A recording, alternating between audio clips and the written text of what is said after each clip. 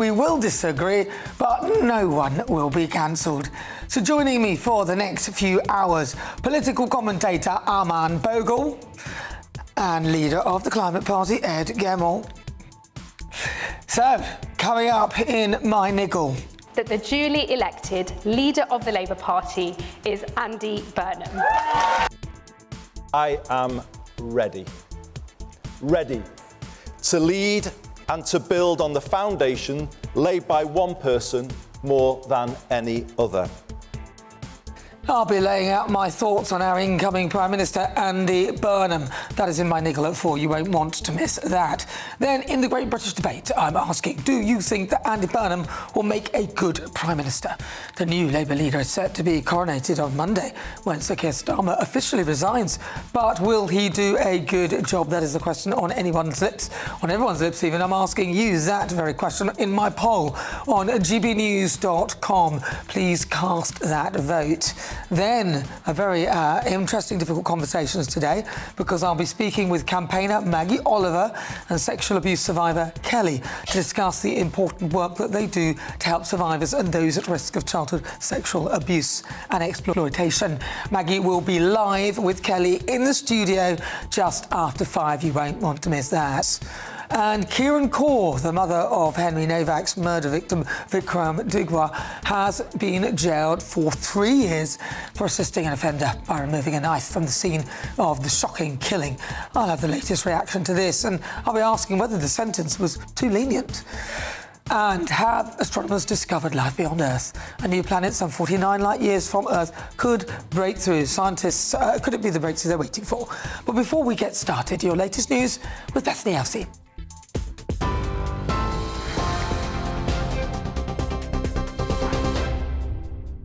Good afternoon. The top stories from the GB newsroom at 2 minutes past 3.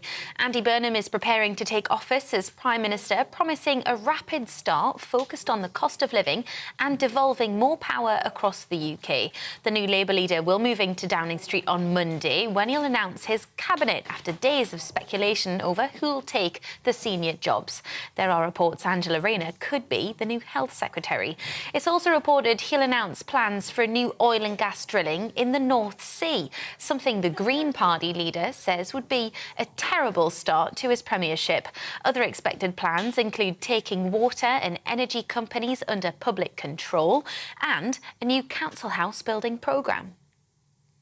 The White House has defended the Argentinian football team's right to free speech after they waved a political banner after beating England in the World Cup semi-final. It claimed the Falkland Islands belong to Argentina.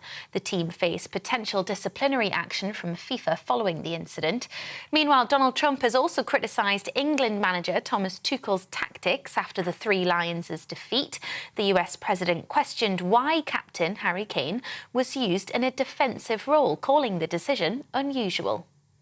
Harry, who's been fantastic, I think they perhaps made a mistake when they made him a defensive player. What do I know about soccer? they took the league and they took their best player and then put him on defense. Then somehow, we got to be a little offensive, right? But no, I'm not going to call it. Look, what do I know about coaching? But that was a little unusual. England now face France in the third-place playoff tonight. Kick-off is at 10 o'clock, while Argentina will play Spain in the final tomorrow at 8. The conflict between the United States and Iran has escalated again after a fresh wave of overnight attacks across the Gulf. Iran says it's targeted American military assets and infrastructure in Bahrain, Kuwait and Qatar. It comes after a 7th consecutive night of US airstrikes on Iran. Kuwaiti officials say a power plant was damaged, while the United Nations has voiced growing concern over attacks on civilian infrastructure. Meanwhile, fighting between Ukraine and Russia has intensified. 3 people have been killed in Ukraine overnight as Moscow targeted the country's Black Sea ports. And waves of Ukrainian drone attacks have killed 7 warehouse workers in Russia and injured dozens more. Back in the UK, police investigating the murder of a 21-year-old man who was kidnapped from Essex are trying to find his Louis Vuitton trainers worth £1,000. Jack Sullivan from Waltham Abbey was kidnapped from the town on the 22nd of June. He was found seriously injured in a car park in Hertfordshire and taken to hospital where he died 4 days later. Officers believe someone will either be wearing the shoes or trying to sell them. 3 people have been arrested on suspicion of murder and have since been released on conditional bail. And millions of drivers are being warned to expect busy roads this weekend as the summer getaway gets into full swing. The RAC says more than 14 million journeys are planned between Friday and Sunday, with today expected to be the busiest. Around 10,000 outbound cars are forecast to pass through the port of Dover, with further delays expected there due to the EU's new entry-exit system. Those are your latest headlines. Let's get back to Nana. For all the latest from GB News whilst you're on the go, get the GB News app. Scan the QR code now to download or visit gbnews.com/app.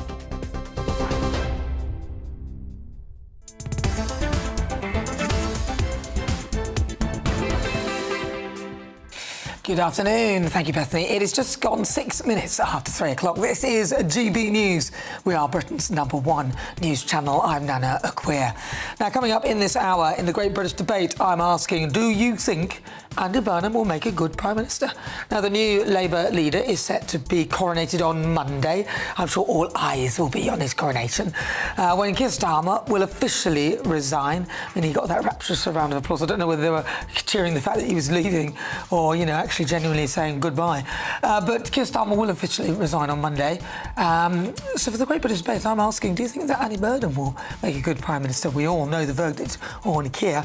Then in the next Great British Debate, I'm asking, do you back North Sea oil and gas over imports? New polling has found that more than 7 in 10 people back the move, piling pressure on whoever the Energy Secretary could be to open up all our oil and gas fields. So in the Great British Debate, I'm asking, do you back North Sea oil and gas over imported oil and gas? And have astronomers discovered life beyond Earth? A new planet some 49 light years from Earth could be the breakthrough scientists have been waiting for. Of course, we'll never be able to get to it. Stay tuned for all the details. All of that is coming up. As ever, send me your thoughts, post your comments, gbnews.com/your say.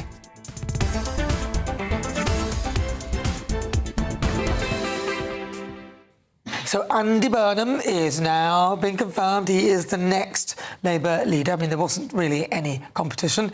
He's replacing Sir Keir Starmer, and many would say not before time. The former Prime Minister, the former Manchester Mayor, will now be the nation's 7th Prime Minister in the past decade. During his acceptance speech, Burnham vowed to challenge Britain's political culture and give people their hope back. Hope in every heart, growth in every postcode. The other way around. Same thing. I still think it's a bit of a word salad, but anyway, let's speak to a former advisor to Andy Burnham, Kevin McKeever. Kevin, so you must be rapturously happy with seeing Andy Burnham being given that job, Labour leader, no competition at all. Absolutely. Well, he ran twice before, so it's now 3rd time lucky, finally. Well, he had to win. I mean, there's nobody against him. What did you make of his speech yesterday? I thought it was good. I think it did the job. It's setting out his vision. It's the first of all starting with the vibes. He has to tell the party who he is. Of course, he's currently Labour leader. This weird period of 3 days where he's not Prime Minister. So he's giving the time, he's being respectful. He'll be saying more about what his plan is once he's got the keys to number 10 on Monday about lunchtime. And in your view, what should he be talking about? Because he's given us a nice woolly hope in every heart, growth in every place, going, yeah. Well, look, we've had a few, it's fair to say the Keir Starmer, has achieved a lot in a couple of years, but NHS waiting lists, small boats crossings are down, cost of debt's down. Well, it's true. It's all verifiable. It's all verifiable facts. So let's just go back to the NHS waiting list. As we all know, NHS trusts were paid millions of pounds to get rid of people on the waiting list who were either dead, who died from waiting, or people who had simply gone private, or people who just no longer needed it. So that is the main reason why that list went down. Well, so I'll give you that, but that's the reason wasn't some astute, brilliant politics. Well, I don't know. The people I spoke to in Makerfield who were voting Labour were doing so because they can see their GP faster and their family are getting treated faster. That's real care. But that's what's gone before. Let's talk about what's going to happen now. That's not my experience or the experience of many people we speak to, and the reality is on the ground, and I don't think we're really seeing any changes. I mean, it'll be great if Andy does genuinely do something. I thought Wes Streeting was doing a good job. Do you think he might put Wes back in? I think Wes will be in the cabinet. I don't know whether he'll be in health. Andy's been very tight-lipped about cabinet appointments. There's been lots of briefing, of course, over the last few days, but not actually any confirmation. That's a bit of fresh air as well, but probably not making him fans amongst the lobby. So you have been his special advisor. What kind of a guy is he? I worked for him on his campaign. I wasn't a special advisor, to be clear. Okay. Look, what I'd say is he's what you get in private is what you get in public. And, you know, you can sit down, have a drink with him, you can talk about policy or politics or football. He's human, he listens, you know, can change his mind if he gets given a decent view, but that's exactly who he is when you see him in public. I think that's a real difference from Keir Starmer. I think Keir probably he had lots of talents, but I think being a good communicator and communicating empathy for number 10 probably wasn't the top of his talent list. I think that's going to be a real He was change. terrible. He really was terrible. If I'm honest, I like the idea of Andy Burnham because he does seem a bit more real. Yeah. And that is what we're actually after. We're looking for somebody who can connect with the public and somebody who is a good communicator and somebody who has some level of charisma so he can be persuasive. So what would you advise him if to be telling us? Well, I think, first of all, he needs to get out of Westminster and not be kind of held hostage in number 10 that some previous prime ministers have been. It's easy to do. You get in the bunker, you get overwhelmed by the day-to-day. Keir Starmer certainly didn't do that. He was on jaunts. How many was it? 48? He almost made 50. Well, he had a big difference in foreign policy, so it clearly worked. No, he didn't. It didn't work. Well, what about the Legion d'Honneur given to him by Macron? Zelensky's giving him honours. I don't see any other British politicians getting because he's going to make him feel better. No. Well, ask that to the people on the ground in Ukraine who are still not under a Russian flag. That is from... Democracy prevails in Ukraine thanks to the UK. Something Boris Johnson led. Yes, Boris Johnson has a legacy. Boris Johnson's got a long time. And Rishi Sunak followed it. And then Keir Starmer did. It's not really an original plan of his. It's just to follow on. Sometimes continuity is a good thing. Yeah, but I can't give him credit for that because he wouldn't take credit for some... He would probably not take credit. OK, well, you are giving credit, but President Zelensky will, so, exactly. Let's see. So, but we're talking about here in this country, what he's actually done here. I don't think he's done very much. Well, what would I advise Andy to do? The first thing is that if you look at his social media, it's pretty good. It's not, it uses techniques used by people like Mamdani. It's straight to people. Good use of social media. It's natural. He did a kind of... what would be the old-school John Major-style soapbox, remember that? He got a chair and sat down in Cardiff the other day, got people to come and ask him questions, put it out on social. Look, you've got to get around the country. He's going to spend the summer doing a UK tour, so everyone's going to get the chance to speak to him. Regional media will. I think sometimes the Westminster lobby gets a little bit upset that they're going to perhaps not have the exclusive access that they demand. I think he's going to be out, he's going to be visible. That's the first thing, right? Because communications, whether you like it or not, is really important. We would agree with communication, and we like to get close to our politicians, and we like them to answer questions, which is something that the Labour Party seemed to be struggling with repeatedly, and the worst offender was Keir Starmer, and Andy Burnham didn't answer or didn't set out any questions after his main press conference. We'll give him that. We'll let him off on that. Being respectful for Keir whilst he was still Prime Minister, so give him a chance. Judge him after Monday. All right, well, I'm going to take my judgment based on everything he's done up till Monday, and including Monday. But what advice would you tell him to be talking about policy-wise? Look, I think we need to focus on actually getting proper growth that people feel in their pocket, and that means getting bills down, and it means helping people in the workplace. Does it mean abandoning net zero or watering it down because it's just not practical right now? I think Andy's spoken about this. He's been public, and the trade unions have been public on this as well. He believes, of course, that we have to impact climate change, but we are a small part of global emissions, and net zero should not be at the expense of ordinary people's pockets. That's why I think we're going to see next week probably the first or second announcement is going to be on North Sea drilling. We need to make sure we're using the resources we have, A, for energy independence, so we're not impacted as much by the likes of Hormuz and by Russia, and also that people start to see it in their bills. That won't happen immediately, so that's the first but it's the right thing. Give us another one that he should be addressing immediately. Well, he's looking at the water industry and energy. He believes that some of these systems are broken. That's a result of privatisation I would agree in with the him 90s. on the I think we're going to see moves on that pretty quickly as well. He also wants to challenge every party says they want to do something about social care. It's a real problem, right? Anyone, I've got family, I'm sure you have. No, I and your viewers will have care. people who... Boris Johnson promised he would, he didn't do it. Theresa May did. It isn't a Labour or Tory or Reform problem. They didn't do it. It is a country problem. He said this week he's going to grapple with that. Okay. I know he's committed to that because he's been saying that since 2010, since the Shadow Health. And I'll give you one more to see what else you think he should be tackling immediately. Well, I think he should be tackling getting power out of London back into places. Now, about the small boats, like a lot of us across the country, irrespective of what party you support, are sick to our back teeth watching these boats coming along and people coming to this country who have no place to be here, who we are paying a fortune to keep, over £8 to £10 million a day, and that's just a Conservative estimate. Then they all end up staying, and then they bring all their family. The country can't sustain it. We haven't even got a decent housing issue. When should he be talking about the small boats? Well, I think he'll talk about it over the summer. Look, I agree with you. He needs to be You're absolutely right. And the issue of small boats, you know, look what happened. There's been a surge since we left the European Union and all those agreements were broken. It was massively surged when Robert Jenrick was... He said he would talk about now. When Robert Jenrick was there, it surged. Let's talk about now. Yeah, exactly. Look, I think what the boat speech is the specifics of it. We shouldn't have people arrive in this country like that, and they certainly shouldn't be freeloading off the taxpayer. Let's be very clear about that. That's not left and right. That's right and wrong. But you know, it's an issue of control. People have got a sense that government just can't control things. We can't control our borders. We can't control illegal working. About that? You're saying over the summer. I think he will. I think that he needs to be addressing that on Monday. So if you do have a word with him... now. Yeah, well, you know, but I don't know what... You know, summer's a very wide span, so I'm giving you specifics. I think if he really wants to get on and win cross-party votes, then he needs to be handling... Number one, he needs to be talking about illegal migration and what he's going to do about the boats. Because we want to hear it, because it's not fair on the British taxpayer, and I'm sick to my back teeth of it, as are all our viewers and listeners, and I suspect as people learn more about it, it's almost as though the Labour Party don't really understand what's going on there. If they did understand it, if it was in their backyard, they would not be happy. And he's got a strong sense of fairness. He knows right and wrong. And he said that. He said it on issues that matter in Makerfield, and he'll demonstrate that over the summer, and I'll definitely pass that on Monday. Tell him to say that on Monday, and then he'll probably have some viewers on GB News and listeners more prepared to give him that chance that he, I think, possibly deserves if he mentions it. Thank you very much to speak to you, Kevin. Thank you. Even. Thank you very much, Kevin. He's a former advisor to Andy Burnham. All right, let's speak to our political correspondent, Olivia Attlee.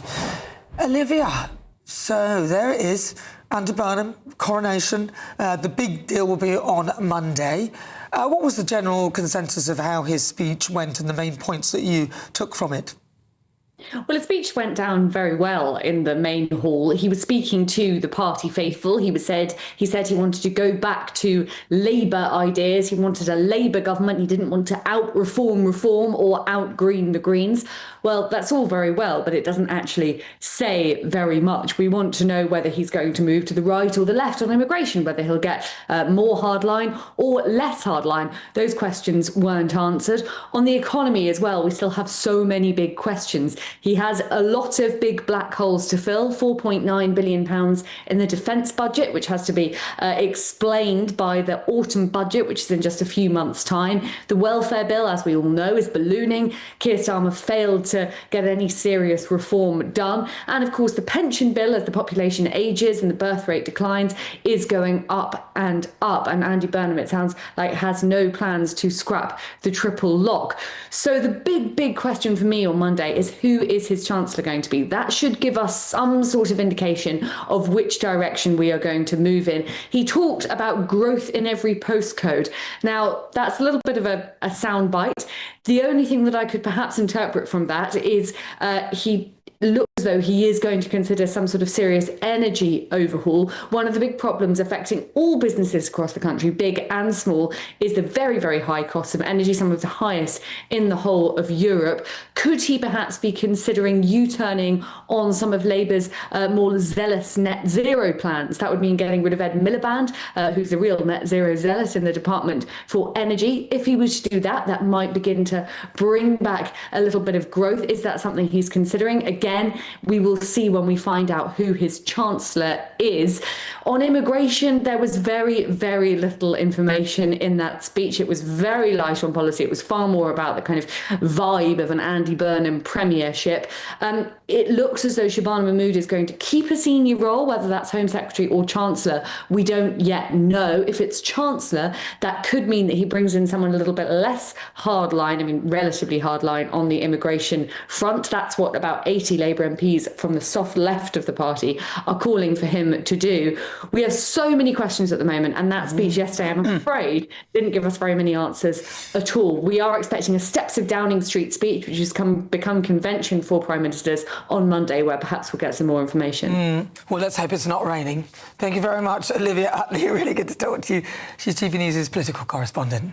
All right, let's do it. Let's do the Great British Giveaway. Your chance to win £60,000 in tax-free cash and a real gold bar worth over £5,000. Here are the details.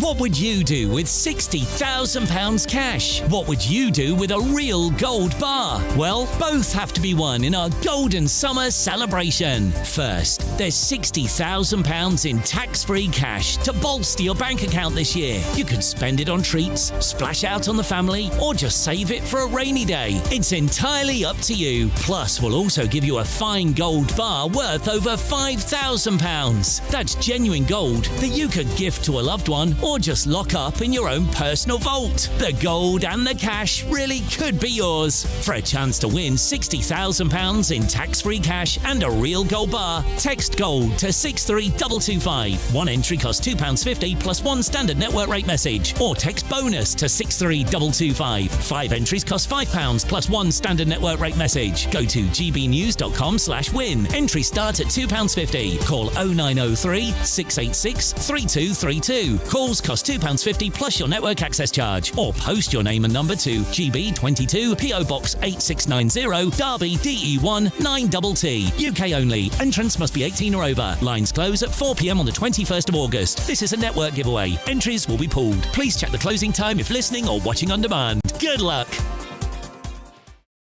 Good luck indeed. You're with me. I'm Nana Akua. This is GB News. We're live on TV, online and on digital radio. And don't forget, you can download the GB News app. It is completely free. You can watch everything on the channel at your leisure. Still to come in my niggle, I'll lay out my thoughts on incoming Prime Minister Andy Burnham. That's at 4. You won't want to miss that. But next in the Great British Debate this hour, I'm asking, do you think Andy Burnham will make a good Prime Minister? This is GB News.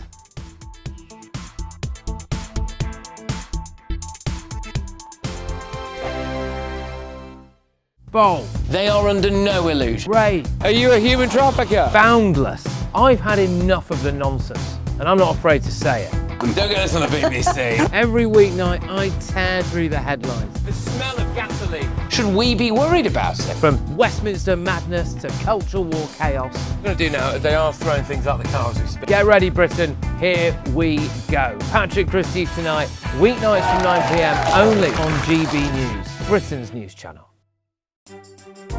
Some people enjoy lazy Sunday mornings, but not me. What's the truth of the matter? So that's a very live question. Would you support him if he waters down these plans? Before the spin sets in, I'll be getting to the truth. This is personal. No soft questions, no easy answers. It's one thing if the state has rules in this country. It's another thing whether the police and others actually police them. Setting the agenda and holding those in power to account. You can't really blame her if the system is set up this way. You will not want to miss it, trust me.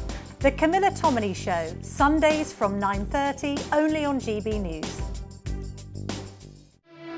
Here at GB News, we made a promise to tell your stories. And on the 6th of August, we're marking 5 years of doing exactly that. Celebrate with us by having your say. Join in the debates live on TV and radio.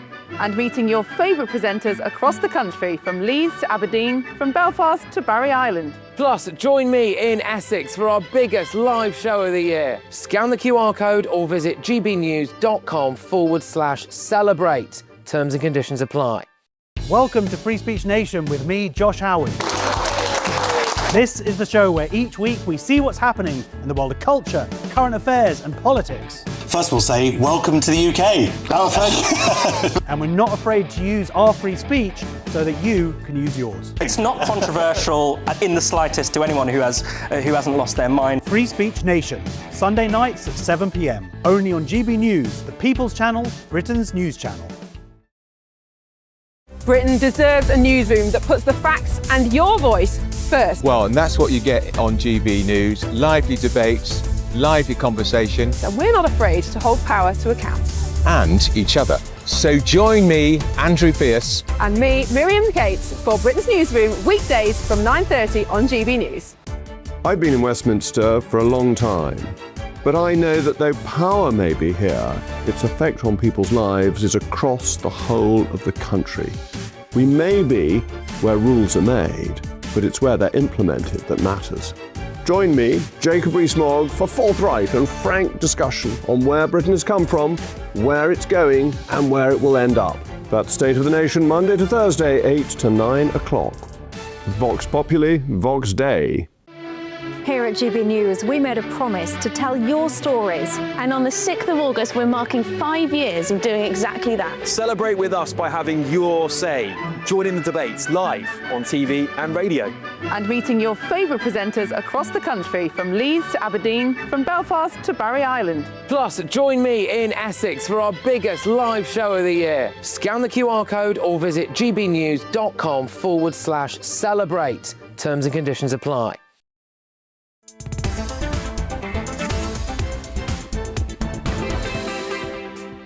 Good afternoon, 25 minutes after 3 o'clock. I'm Nana Akua. Welcome on board if you just tuned in. You've only missed the first 25 minutes. It's time for the Great British Debate this hour, and I'm asking, do you think Andy Burnham will make a good Prime Minister? Now, Mr Burnham became Labour leader yesterday after being elected unopposed and will be coronated as Prime Minister on Monday before taking over number 10 Downing Street. But how will he perform as leader of our country? So for the Great British Debate this hour, I'm asking you what you think. Do you think Andy Burnham will make a good Prime Minister? Joining me in the studio to discuss, political commentator Armand Bogle and leader of the Climate Party, Ed Gemmell. All right, I'm going to come to you. Armand Bogle, will he make a good Prime Minister? On the contrary, I think there's a long litany of errors that this coronated Prime Minister has already made. We have a long... Well, he's not yet coronated leader of the Labour Party. Well, I mean, look, they've got this sandcastle majority. He's going to be coronated in a coup that he's conducted over the last year. He was here in London, down from his castle in Manchester, trying to whip Labour MPs up against Keir Starmer. He's got no mandate. He's an illegitimate Prime Minister in waiting. And you know what? The worst bit is he's had no scrutiny. He's been telling us about how he puts the tea bags after the milk in his tea, but not what he's going to do. He's wise to do that. It tastes better because you can allow the sort of absorption of some of that milk. Well, I don't drink milk, but when I do that and I give the tea bag a little scrunch, and I take it out, then I put a tiny bit more milk in afterwards. I mean, that's got nothing to do with how you're going to run the country. Well, exactly. He needs to tell us how he's going to sort out the borders. Look, Britain is broken right now. Our borders, our bins, everything is broken. The country is in crisis. And if you look at his record, when he was working under Blair and Brown back in the 2000s under New Labour, his record as Minister of State for implementing ID cards. Who can forget that? He was in charge of that. He was Minister of State for Prisons. And what a hash he made of that. He was then, of course, Health Secretary under Blair, under Brown. And who can forget the mid-staffs scandal that broke out under him as Minister. But more than that, as Mayor of Manchester, he's left that place highly indebted of any major city under his mayoralty. He hasn't really got a record to speak of.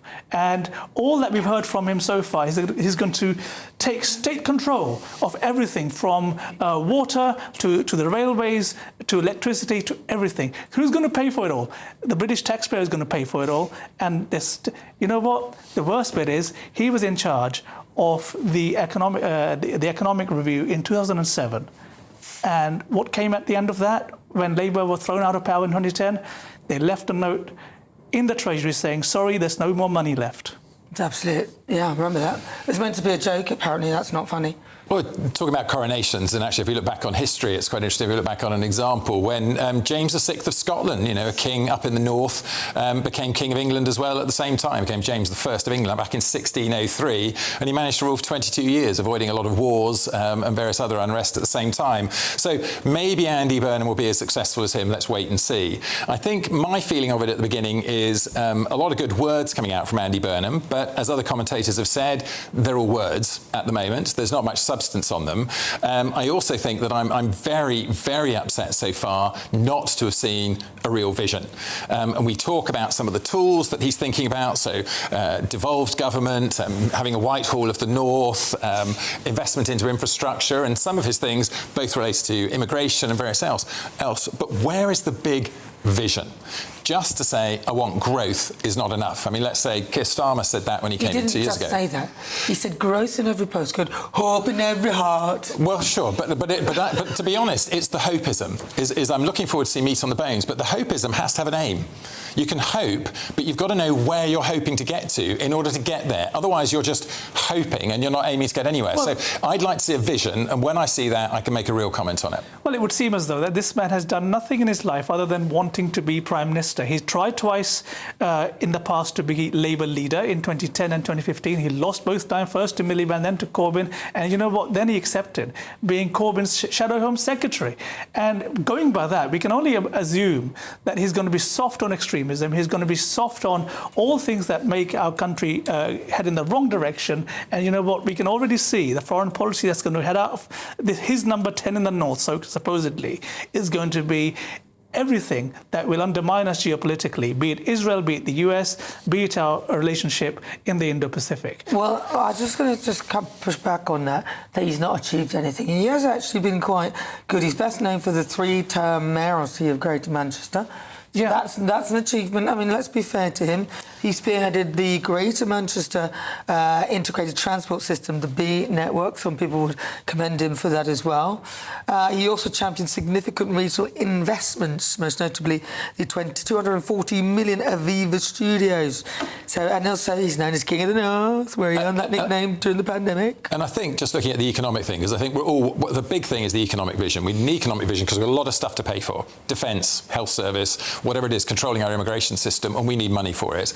And in Manchester, he managed to create a 2% growth rate. Now, that's not great. It just happens to be wildly better than we've done in the country as a whole, where 0.7% we've been averaging, and I think now we're down to 0.1%, which means we're negative on a productivity level. So he has presided over some growth. If he could bring a little bit of that, I won't call it magic, but practical pragmatism into the economy of the country, it would be good. Well, let's look at it, what he has announced as his team, right? He's bringing in people from some very dubious outfits into his number 10 as political directors and other directors, right? People from Hope Not Hate, people who've campaigned in the past for passports for people who worked for ISIS, people who have been conducting the wholesale rape of our children here in Britain. Yeah, but he's not linked to those people, though, is he? No, he's brought in this guy as his political director in number 10, right? Yesterday. There's evidence of all of those things that you speak of. Well, yes. Who has he brought in? What's the name of this person? The former director of Hope Not Hate. Yes. He's brought him in. I didn't know as director of political strategy. And that can only tell us where this direction is heading. Dear. And yesterday, he had to look at his auto cue 266 times to try and work out what he stands for. That's not a leader. No, you can't bring in the auto cue, look in the auto cue. Some people use an auto cue, some people don't. I'm not going to blame him for that, but I don't think that sounds good. Well, Nigel Farage doesn't need an auto cue. Yeah, this Hope Not Hate person they brought in, because many of those have been behind the campaign. I think that the point about the auto cue very briefly, last right, is whether or not he's a great communicator. And in my opinion, he is. I mean, I think he's a very good communicator compared to what we've had. He may not quite be Churchill, but I think he's a good communicator, and that'll stand him in good stead at number 10. Well, it'll look good. I mean, he's a very charming personality. I think I'd probably like him if I met him, but whether he can run the country is another thing. What do you think? Do you think that Andy Burnham will make a great Prime Minister? And just a reminder to friends of GB News, you can now vote in today's You Decide poll for free. All you have to do is scan that QR code. It'll appear on the screen. And I'm asking, do you think Andy Burnham will make a good Prime Minister? I lied about the QR code. Just go online. Yes or or no? Let's hear what you think, and I'll bring you those results later on. Right, well, you're with me, 33 minutes after 3 o'clock. This is GB News. We're live on TV, online and on digital radio. Still to come in my niggle, I'll lay out my thoughts on the incoming Prime Minister, Andy Burnham. That's at 4. Just after that, you ain't want to miss it. But next, in the Great British Debate, I'm asking, do you back North Sea oil and gas over imports? Good question. I'm wondering what Edgar will say. First, your latest news headlines with Bethany Elsey.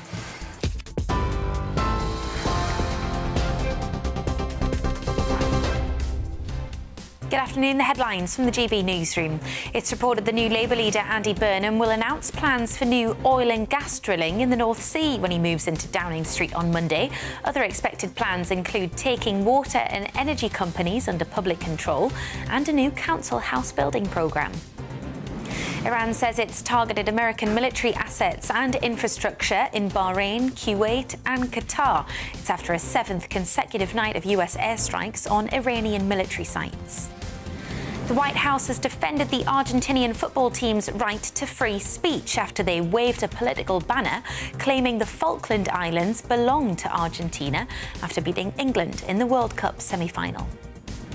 And police investigating the murder of a 21-year-old man who was kidnapped from Essex are trying to find his Louis Vuitton trainers worth £1,000, saying someone could be wearing or trying to sell them. You're up to date for now. I'll be back with more at 4 o'clock. You can now watch GB News live across the United States of America and the world on Truth Plus. Scan the QR code to find out more or visit gbnews.com/truth.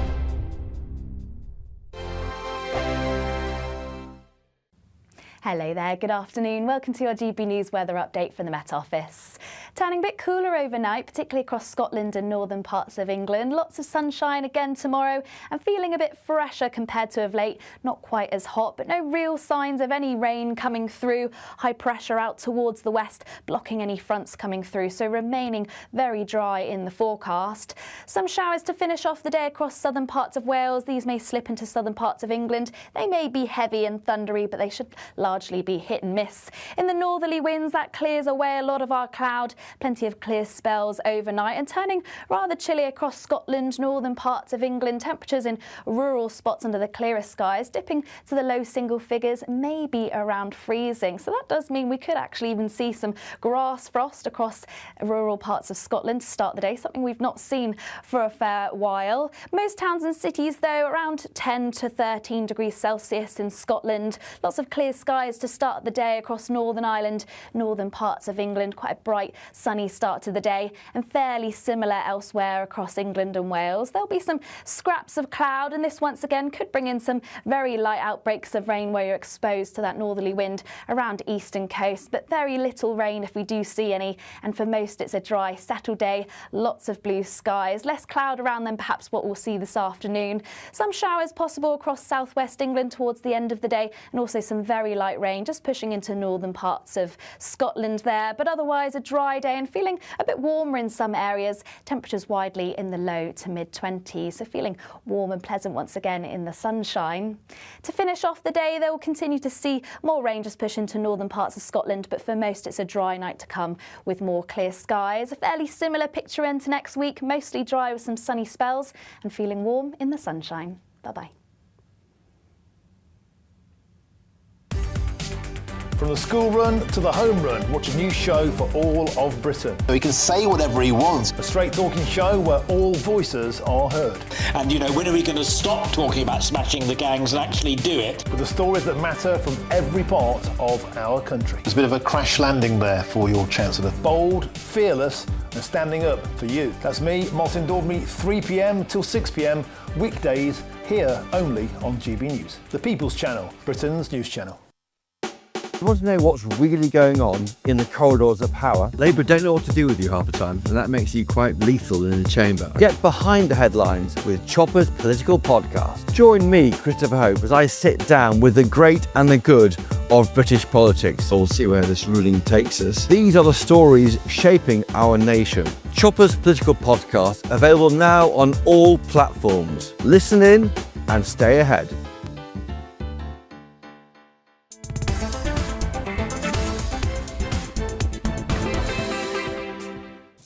welcome back. It is 38 minutes after 3 o'clock. This is GB News. We're live on TV, online and on digital radio. I'm Nana Akua, and it's time now for the Great British Debate. And I'm asking, do you back North Sea oil and gas over imports?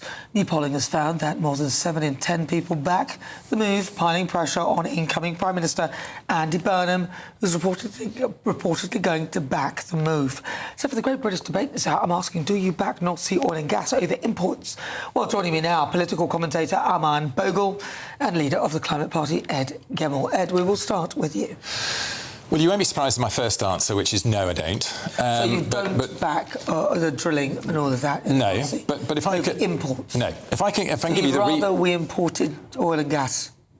If I can give you the reasoning, I think, rather than going with the nuance of the slight change there, but the reasoning is about what makes more money for Britain.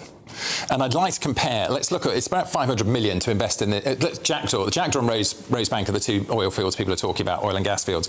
Let's just take Jackdaw, about a 500 million investment, I think, that the 500 million pounds investment that Shell is talking about putting into it.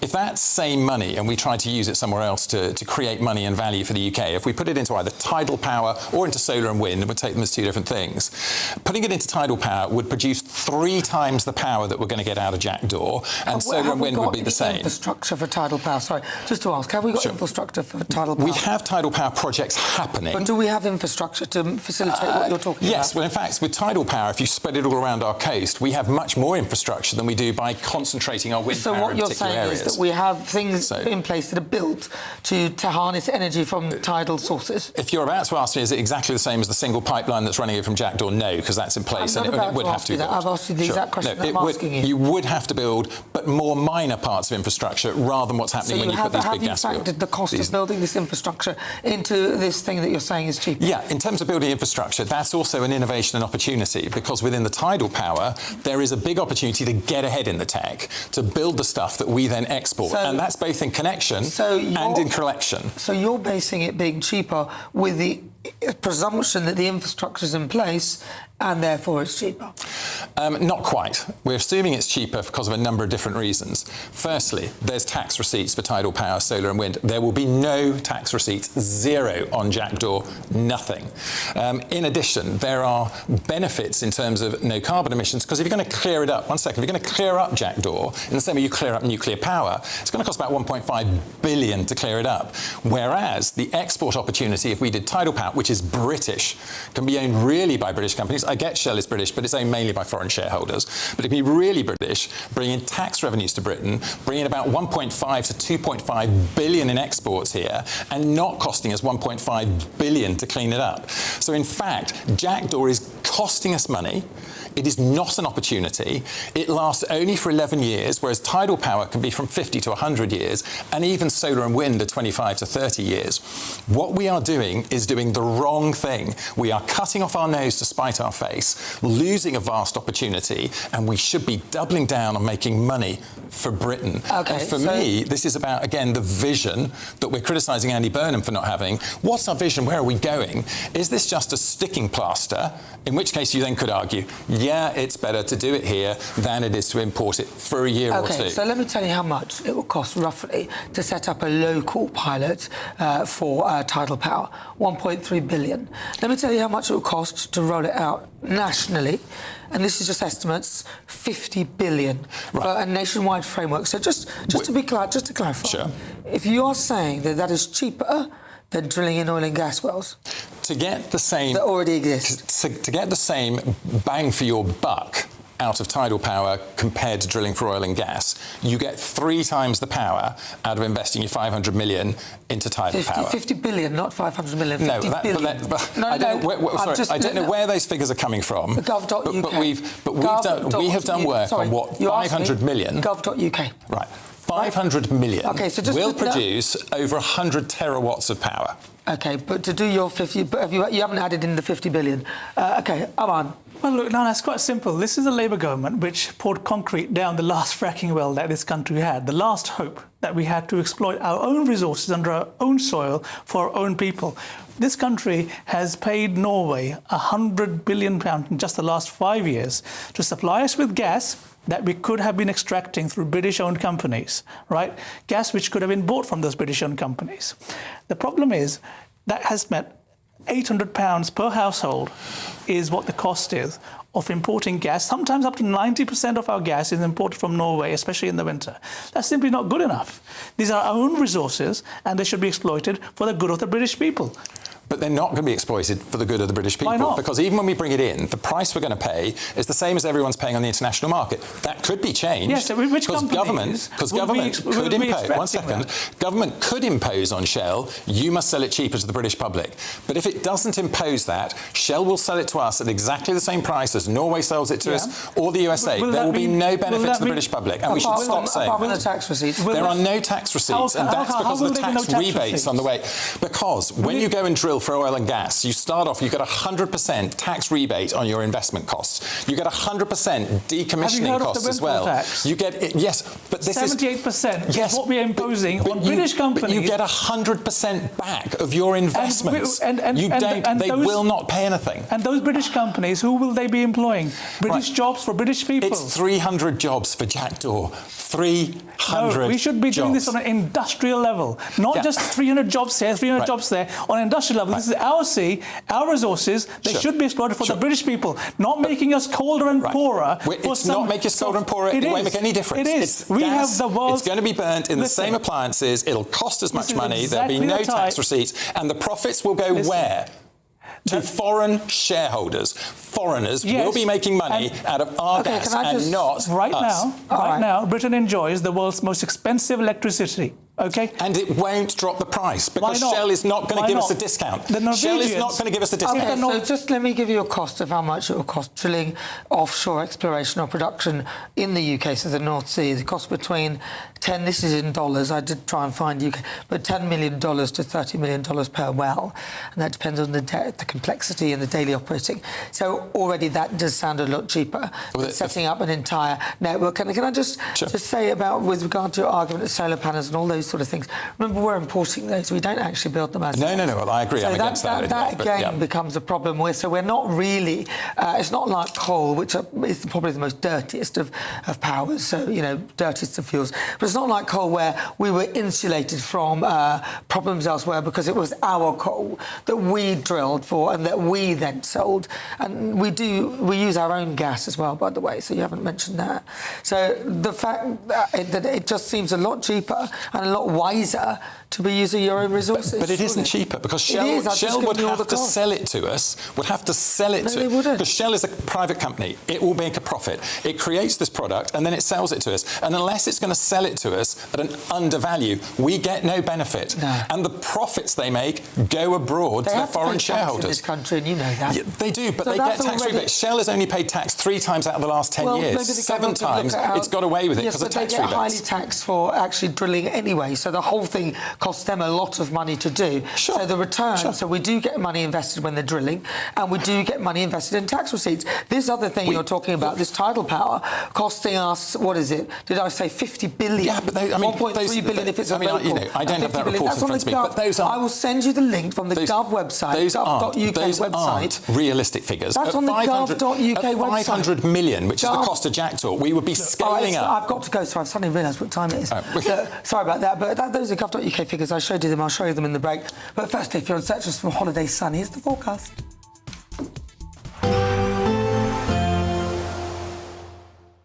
Ready to soak up that holiday sunshine? Won't we need some cover? No worries. All sorted. All Clear Travel Insurance sponsors GB News Travel Destinations Forecast. Lots of sunshine around the Mediterranean through this weekend and beyond. Still very hot in Croatia and Italy, but temperatures here into next week just dipping off a little bit. Hot and sunny too for most of Greece and Turkey. The small chance of 1 or 2 isolated heavy showers across the far northeast of Italy. Most of Iberia also dry and sunny. Here too, temperatures just dipping a little bit. Sunny spells across the Canaries. Lots more sunshine to come into next week, but particularly for Rome and Dubrovnik, those temperatures just dip. All Clear Travel Insurance sponsors GB News Travel Destinations Forecast. GB News Breakfast. Every day from 6 a.m. What do you think about where we're going to get our future athletes and our Olympians from when we're telling our children, oh, you can't go out and partake in sports today because it's a bit hot? It really worries me. We have a generation that spend their life being very inactive, an awful lot of time on mobile telephones, coming up with every excuse as to not to move and not to be moving. Sport in schools is where we can catch every kid. And the kids that will lose out are the kids that come from areas of deprivation, because the parents that can afford to make sure their children do sport will still do that. But the parents that can't afford, sadly, will miss out. So it's really important that our kids, do enough physical activity, lay down these habits, understand about how their body works and nutrition and food and looking after themselves and health. We have a health crisis. It's really important we start early. The People's Channel. This is GB News, Britain's news channel. GB News entertainment editor Alex Davies joins us now. What a woman, what a voice, what an incredible life. What more can you tell us? Yeah, like you said, she's a singer whose songs have transcended generations, really. Everybody knows Total Eclipse of the Heart. Everybody knows Holding Out for a Hero. She's been awarded an MBE. She represented the UK at Eurovision. And it's just very sad. Tributes have already started to pour in from across the showbiz world and just fans in general. This is somebody who's, like I said, transcended generations with her music and will continue to do so posthumously. Well, thanks so much. I met her just once in a green room. She was an absolute delight. And even speaking, she had that great rasping voice. Oh, what an incredible voice. Incredible voice. GB News, the People's Channel. Britain's newsroom. Weekday mornings from 9:30. So you go along to the car showroom and only like 10%, at most maybe 15%, pay cash. The rest buy it on some form of financing. And you often buy, it's a bit like a mortgage, and it's like buying a mortgage from the estate agent, which we all know is a terribly bad idea. But this is what people did. And the scandal is, the guys in the showroom were acting as dealers and brokers, and they were in many cases inflating the interest rate that you paid so that they could get bigger commission. And they didn't declare that. So you basically ended up paying more for your car than you would otherwise have done if you'd gone into the open market and found yourself, a better deal. How did that come to light? Well, over many years. I mean, this has been going on since 2007. GB News, the People's Channel.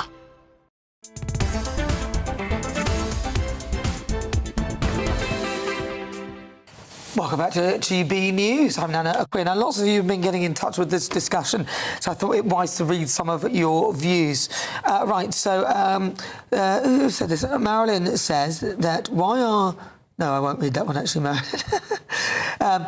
This is a good one from Alan. Alan says, short term, we should drill and frack to bring energy prices down before winter and reduce our national debt. Then we can reduce taxation, which will encourage investment and growth rather than beef up the grid to transport electricity over long distances. Small modular nuclear reactors can be built where there is short supply or terrain is difficult. What do you make of that argument? I think that's perfectly reasonable. I think that the small modular nuclear reactors actually is quite interesting, and I think that there is quite a good argument now that the innovation that's coming in dealing with the nuclear waste is advancing. And in fact, if we were investing heavily in dealing with the nuclear waste, then there's absolutely no reason why we shouldn't put in small modular nuclear reactors, get them in immediately in the next year, 2 years, etc. I think it's ridiculous to be spending the vast amount of money we're thinking on something that might come online in 20 or 30 years' time. I don't think that's sensible. It's a waste of money, time and resources. Buying a windmill, one of those windmills, they only last for about 15 years.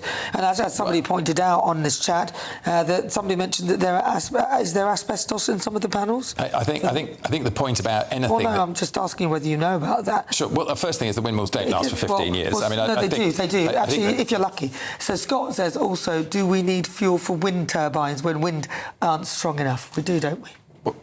Sorry. Well, when it's too strong, do we need base load in the grid for when the wind is not running? Yes, we do. Yeah, exactly. So we do need base load. For wind so we need base load because the solar and wind's not going all the time, which is why now for 3 or 4 years I keep arguing about tidal power, which provides a massive amount of base load. But we've just talked about how much it costs. Yeah, but I mean, I have to look at those figures because those aren't. I've showed you the source. You showed me on AI. You showed me on AI. On AI mode, which then linked to the site. And I haven't had a chance to go into it, which I have done with some of the other figures. A full review of tidal power. Yeah, but the last government study I showed was actually showing that we could do 20 gigawatts of tidal power here, which would do 60 to 70% of our entire electricity needs when it's at peak, and it would provide a base load of 10 or 20%. I think it's pie in the sky. Aman, you've got 20 seconds. It's exactly pie in the sky. Look, we need a common sense approach, which we haven't had from the Uni-Party government for the last 3 decades. It is our resources, our nature. We need to go and exploit it for the good of the British people. There's no two ways about it. Cheaper electricity will drive cheaper costs for everything else. Cost of living? Yes. Energy. Want to be having growth? Energy. It'll have no effect. All right. Well, listen, it was a little mess, you said, and wind turbines have asbestos. I'm not sure, but it's probably true. I don't know. I'll do a bit of research. But stay with me, because next, my niggle on our incoming Prime Minister, Andy Burnham. But first, let's get an update with your weather.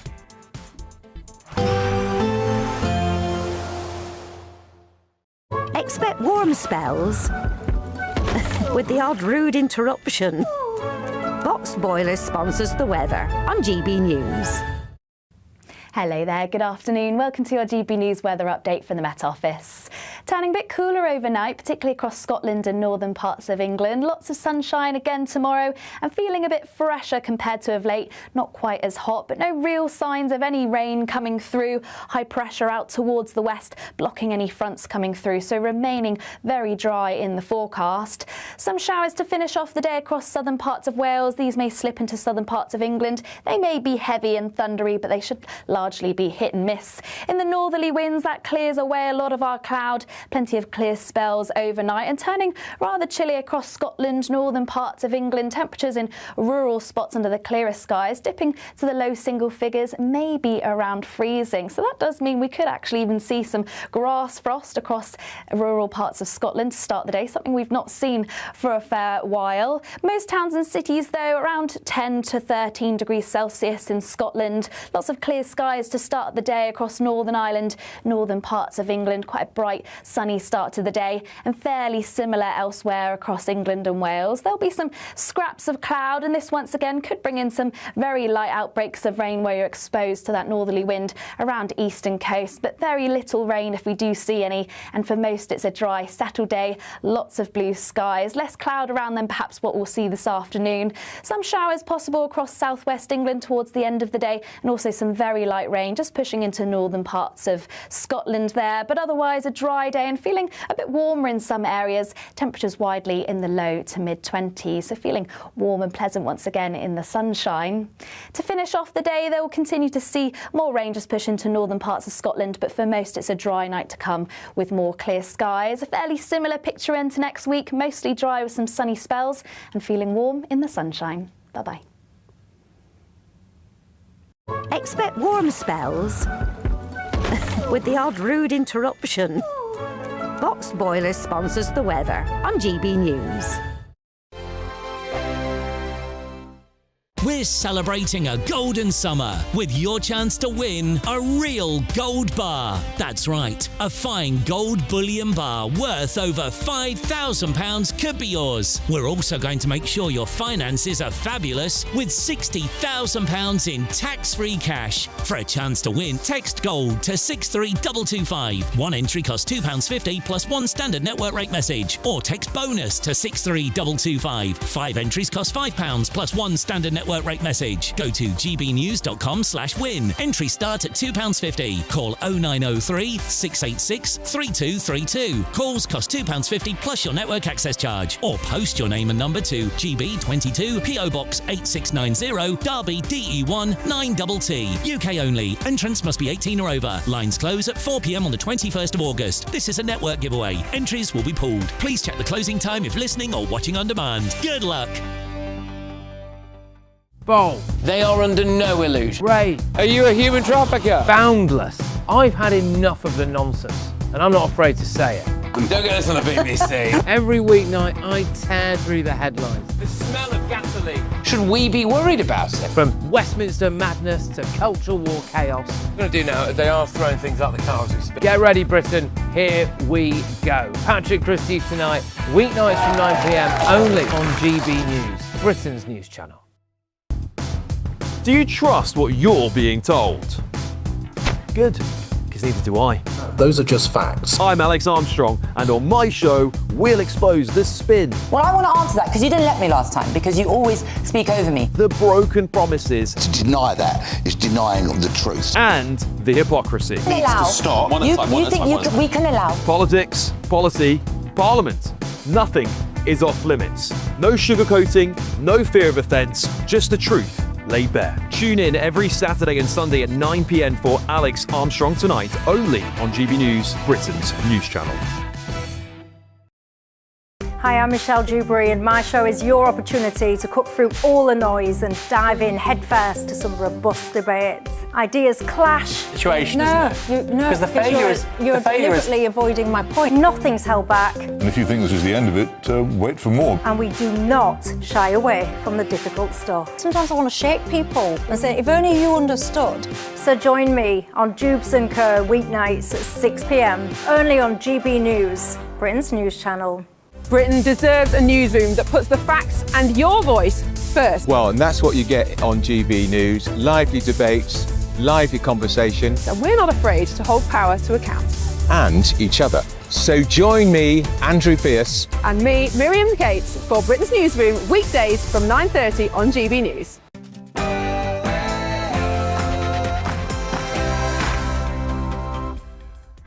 Hello and welcome to GB News. We're live on TV, online and on digital radio. I'm Nana Akua. And for the next few hours, me and my panel will be taking on some of the big topics hitting the headlines right now. This show is all about opinion. It's mine, it's theirs, and of course it's yours. We'll be debating, discussing, and at times we will disagree, but no one will be cancelled. So joining me for the next few hours, political commentator Arman Bogle and leader of the Climate Party, Ed Gemmill. Coming up in my niggle. That the duly elected leader of the Labour Party is Andy Burnham. I am ready to lead and to build on the foundation laid by one person more than any other. Yes, I'll be laying out my thoughts on our incoming Prime Minister, Andy Burnham. That is my niggle in a few moments' time. You won't want to miss it. Then, in the Great British Debate, I've been asking, do you think that Andy Burnham will make a good Prime Minister? I've left, right now, we've got a poll up on gbnews.com. Cast your vote. Let me know what you think. Do you think he will make a good Prime Minister? Then, in Difficult Conversations, I'll be speaking with campaigner Maggie Oliver and sexual abuse survivor Kelly to discuss the important work that they do to help survivors and those at risk of childhood abuse and exploitation. That'll be just after 5. And Kieran Kaur, the mother of Henry Novak's murder victim Digwa, has been jailed for 3 years for assisting an offender by removing a knife from the scene of the shocking crime. We'll have the latest reaction to this, and I'll be asking whether the sentence was too lenient. But before we get started, your latest news with Bethany Elsey.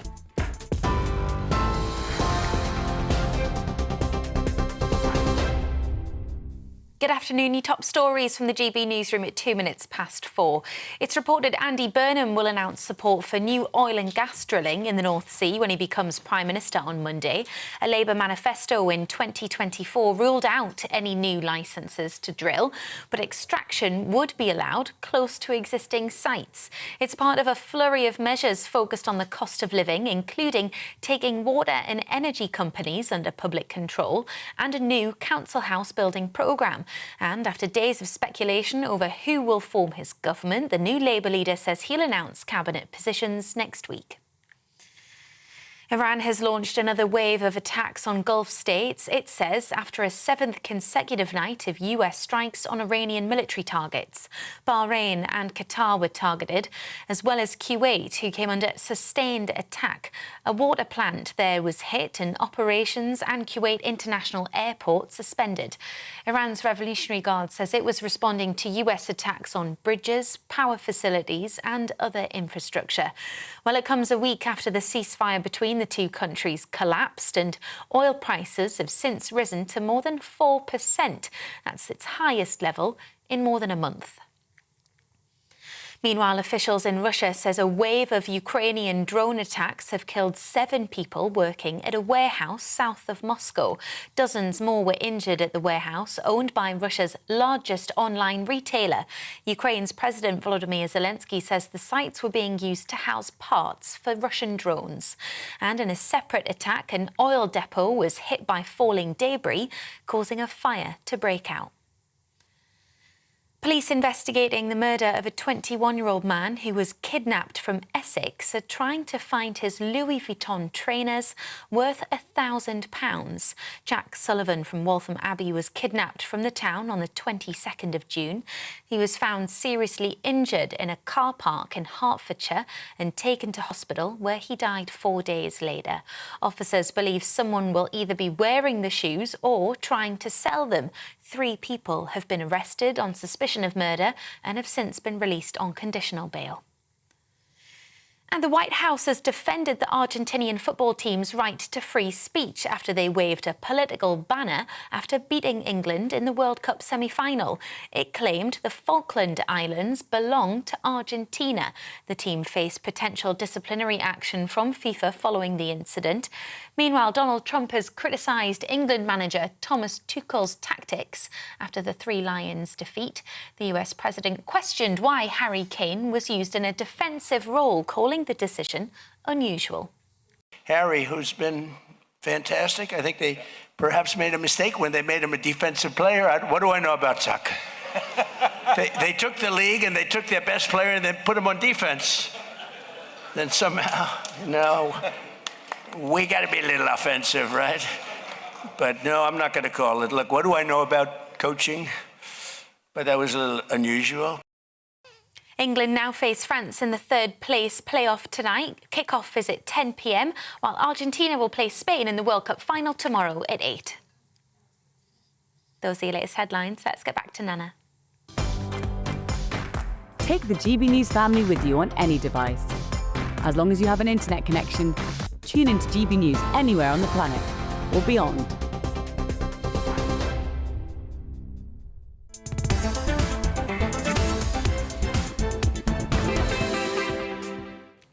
Good afternoon, you're with me, I'm Nana Akua. This is GB News. We're live on TV, online and on digital radio. Andy Burnham. Yesterday, Andy laid out his vision. Thank you so much, friends. What a moment. And what backing you've given me. All our affiliated trade unions, all our socialist societies, 379 of our MPs, and I don't need to say commiserations to Catherine West, because she backed me too. Thanks, Catherine.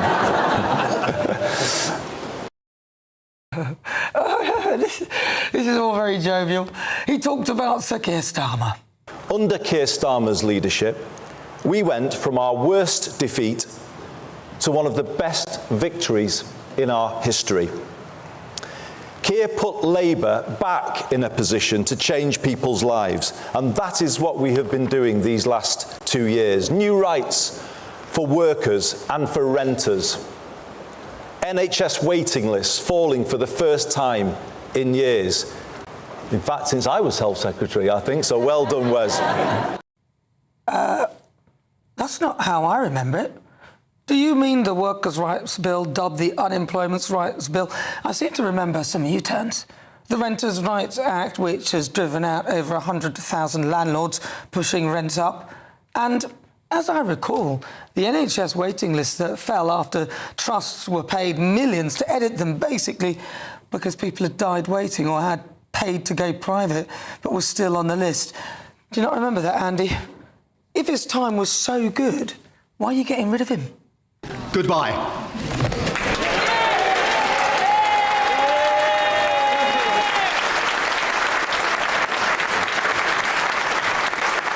Oh, they're all clapping. They can't wait to get rid of him. He was a disaster. So Andy has laid out his 5-point plan. And as I accept the honour of leading this party forward, I will tell you about 5 things I will do to make us so, to make us better. First, I will work relentlessly to build a culture of one Labour team, because change starts with us.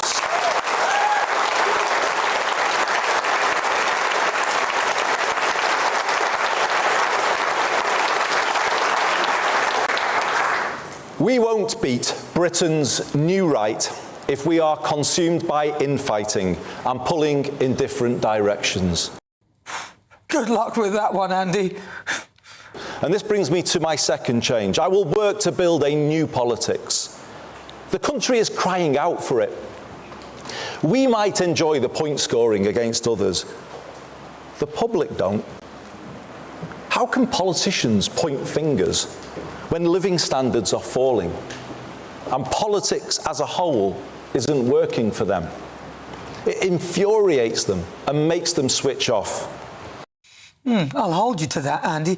Let's see how long it lasts. He said, I quote, "We will tell people what we will do rather than always going on about others.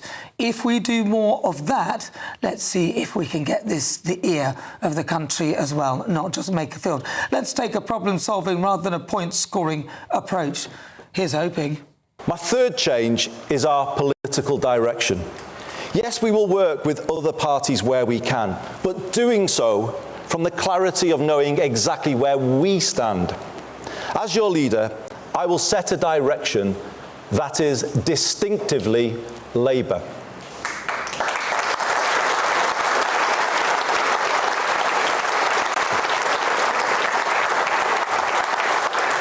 We won't try to out-green the Greens or out-reform reform, or doing what we've done in the past of wearing too many Tory clothes. Oh, yeah, distinctly Labour. I think you need to tell your party what that is, because we're all a little bit confused. This is my fourth commitment to you. I mean it when I say all places. I will be a leader for the North, the South, the East and the West, for Scotland, Wales and for Northern Ireland. Are we supposed to applaud that? I mean, you don't get any points for that one. I mean, it's your job, mate. That's what you're meant to be doing. This brings me to my fifth and final promise. We will take power back from Westminster and Whitehall and give it to the place where you live.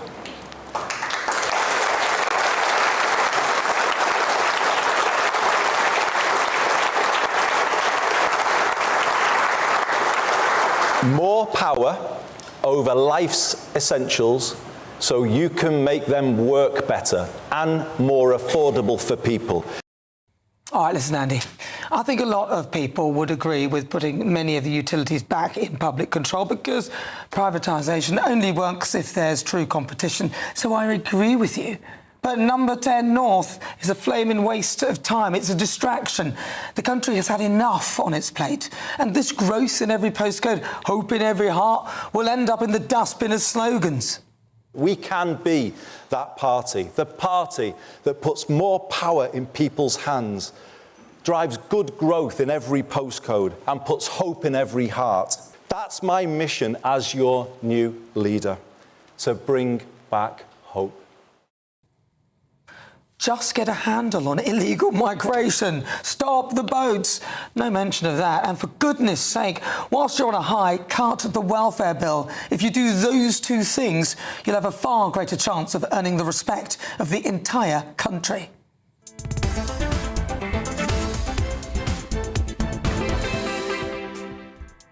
12 minutes after 4 o'clock, you're with me. I'm Nana Akua. This is GB News. We're live on TV, online and on digital radio. Coming up this hour, Andy Burnham will walk into 10 Downing Street as Prime Minister on Monday. But who will be in his cabinet? And what might he promise the British people? We'll get you the latest on that. And then in the Great British Debate, I'm asking, do you believe that Angela Rayner will make a good health secretary? Andy Burnham could be set to appoint the former Deputy Prime Minister into that role. But would she be right right. So for the Great British Debate, I'm asking, do you believe Angela Rayner will make a good health secretary? Then in the next Great British Debate of this hour, I'm asking, should foreign aid to Pakistan be stopped until the Rochdale rapist is deported?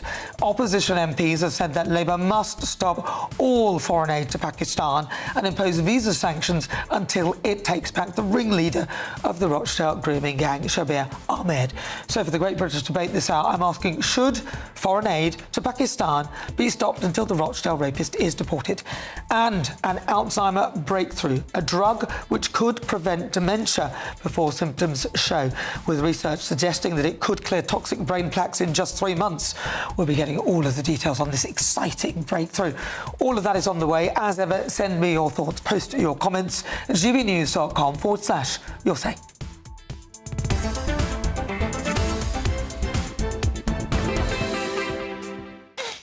Right, so let's speak to former Labour MP Graham Jones. Graham, welcome to the programme. So I laid out Andy Burnham's speech. I was there listening to it live. I took lots of notes. I thought he did a nice, charming job. But really, it was just a lot of platitudes. I didn't really feel there was too much substance in it. What was your view? Well, it was the opposite, actually. I think the criticism of Keir Starmer was he was too much into the detail. He didn't present a big picture of where he wanted to take the country. I think that criticism has been put at his door for more than 2 years. And now we've got somebody who's done the opposite. They've laid out a big picture and the detail will follow. This is what journalists have been asking for. And I think Andy delivered. Do you think he missed a trick, though? Because if you think, I don't think he really told us anything, really, apart from his 5 points, which were many of them obvious. So, for example, the Prime Minister for the North East, South West, Northern Ireland, Wales, Scotland, not Scotland, sorry, but England and Wales. He's kind of laid that out, as he should do. And Scotland, actually, sorry. But, yeah, he's laid that out. That's not a big deal. All of them should do that. Well, I think he has made some big announcements on council housing, which I welcome, because we can start to cut the welfare bill. Instead of paying for private landlords and people on benefits, we can provide housing that's of a better quality at a lower price. That's always been the case with council housing. I think his plan to put number 10 in the north is absolutely fantastic. I remember the BBC when all the London Liberals, the establishment was squealing. They didn't want to move. Some of the big fat cats at the BBC refused to move to Salford. Why not? I've always said, we need to start putting gravy on the table with these people. They need to learn that there's a country outside of the establishment. And that needs to happen. And we saw what happened with the BBC going to Salford. It was a success. It regenerated that area. It brought jobs to the north.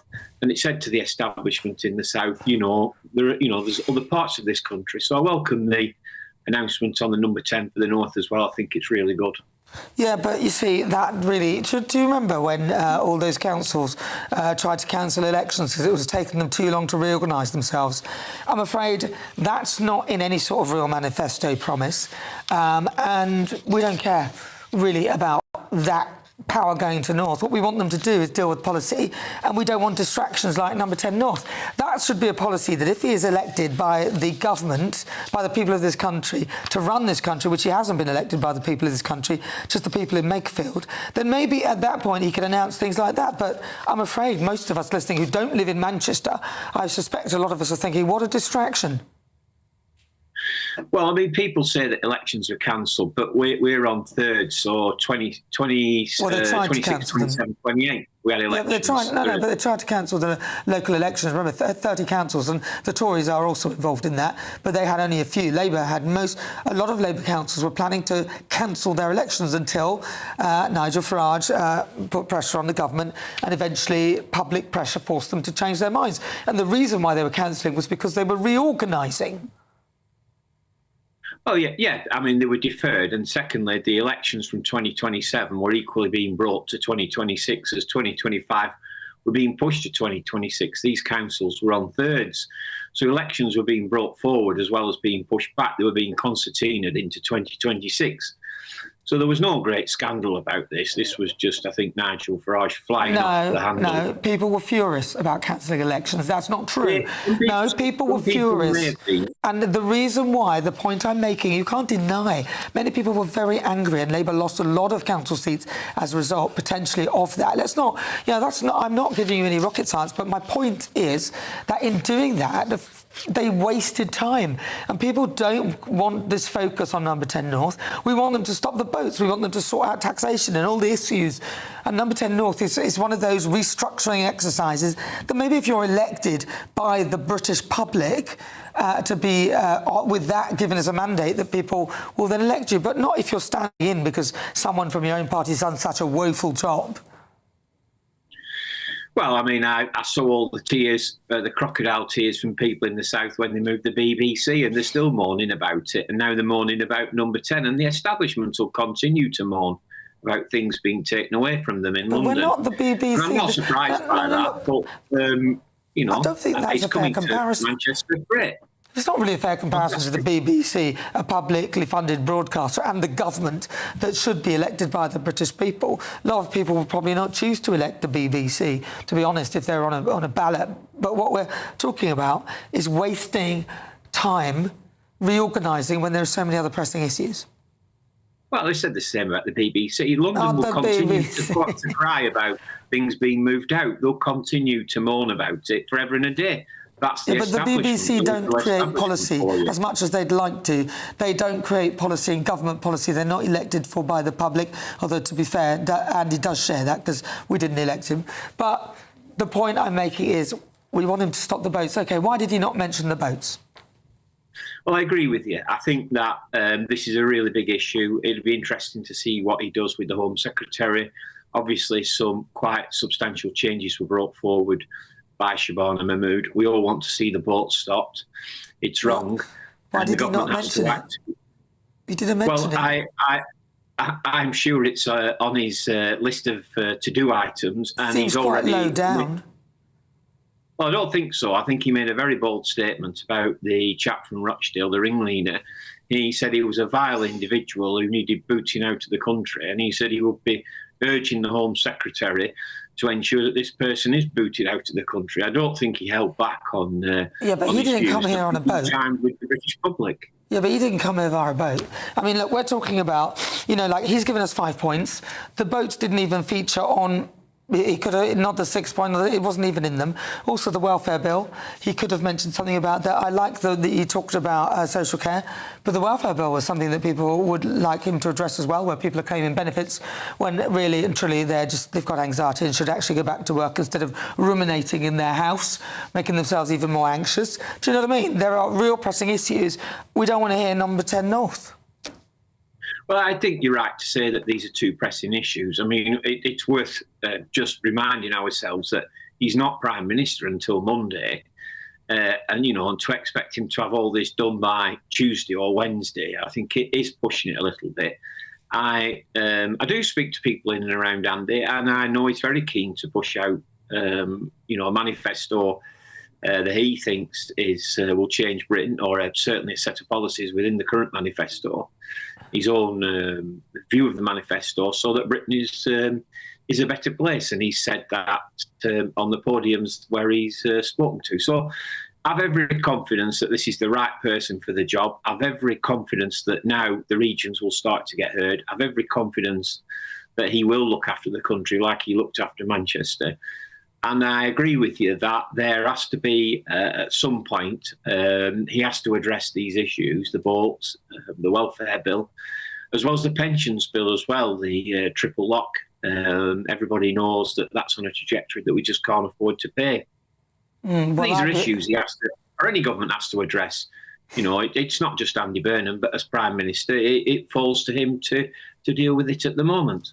Well, I think, it's all very well him setting out 5 points, but I think if he wants to bring on people on board, and he's talking about being a Prime Minister for every part of the country, which is what a Prime Minister is anyway, so I don't think that he'd score any points there. But if he's genuine, then he does need to address that. I think if he'd addressed those things or given some reassurance, I think he would have maybe brought in a lot of voters who potentially from other parties who would contemplate voting for him at some point. Listen, it's really good to talk to you, Graham Jones. Thank you very much for talking to us this afternoon. Thanks once again. That's former Labour MP Graham Jones. All right, it's 22 minutes after 4 o'clock. Time for the Great British Giveaway. 60 grand in tax-free cash, a £5,000 worth gold bar. Here are the details. We're celebrating a golden summer with your chance to win a real gold bar. That's right, a fine gold bullion bar worth over £5,000 could be yours. That's gold that you could keep, trade in, or gift to a loved one to secure their financial future. We're also going to make sure your finances are fabulous with £60,000 in tax-free cash that you can spend on anything you like. And because it's tax-free, every single penny of it will be yours. So don't miss out. For a chance to win £60,000 in tax-free cash and a real gold bar, text GOLD to 63225. One entry costs £2.50 plus one standard network rate message, or text BONUS to 63225. 5 entries cost £5 plus one standard network rate message. Go to gbnews.com/win. Entry starts at £2.50. Call 0903 686 3232. Calls cost £2.50 plus your network access charge, or post your name and number to GB22 PO Box 8690 Derby DE1 9TT. UK only. Entrance must be 18 or over. Lines close at 4 p.m. on the 21st of August. This is a network giveaway. Entries will be pooled. Please check the closing time if listening or watching on demand. Good luck. Good luck indeed. This is GB News. If you just tuned in, where have you been? You missed my little niggle. All right, well, you can check it out on YouTube. It'll be up there very shortly. But it's 23 minutes after 4 o'clock. You've come halfway through the show, but you won't want to miss difficult conversations. I'll be speaking with campaigner Maggie Oliver and sexual abuse survivor Kelly to discuss the important work that they do to help survivors and those at risk of childhood sexual abuse and exploitation. But next, in the Great British Debate this hour, I'm asking, do you believe Angela Rayner would make a good health secretary? This is GB News.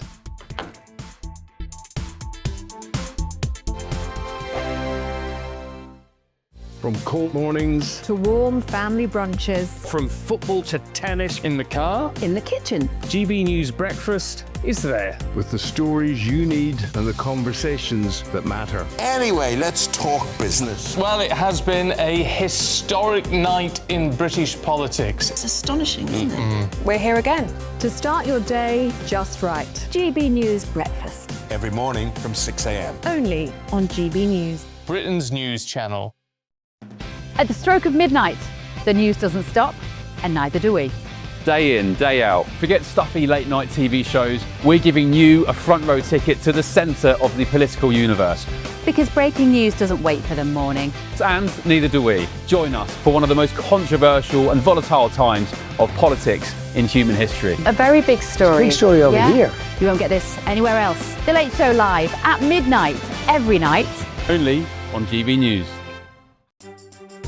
Some people enjoy lazy Sunday mornings, but not me. What's the truth of the matter? So that's a very live question. Would you support him if he waters down these plans? Before the spin sets in, I'll be getting to the truth. This is personal. No soft questions, no easy answers. It's one thing if the state has rules in this country. It's another thing whether the police and others actually police them. Setting the agenda and holding those in power to account. You can't really blame her if the system is set up this way. You will not want to miss it, trust me.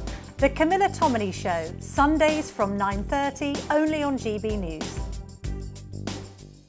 At GB News, we love to hear from you, our loyal community. So drop us a line at gbnews.com/yoursay. There you can talk to each other and also to the presenters live on air. gbnews.com/yoursay, because GB News is your channel, Britain's news channel. Here at GB News, we made a promise to tell your stories. And on the 6th of August, we're marking 5 years of doing exactly that. Celebrate with us by having your say. Join in the debates live on TV and radio. and meeting your favourite presenters across the country, from Leeds to Aberdeen, from Belfast to Barry Island. Plus, join me in Essex for our biggest live show of the year. Scan the QR code or visit gbnews.com/celebrate. Terms and conditions apply. You want to know what's really going on in the corridors of power? Labour don't know what to do with you half the time, and that makes you quite lethal in the chamber. Get behind the headlines with Chopper's Political Podcast. Join me, Christopher Hope, as I sit down with the great and the good of British politics. We'll see where this ruling takes us. These are the stories shaping our nation. Chopper's Political Podcast, available now on all platforms. Listen in and stay ahead.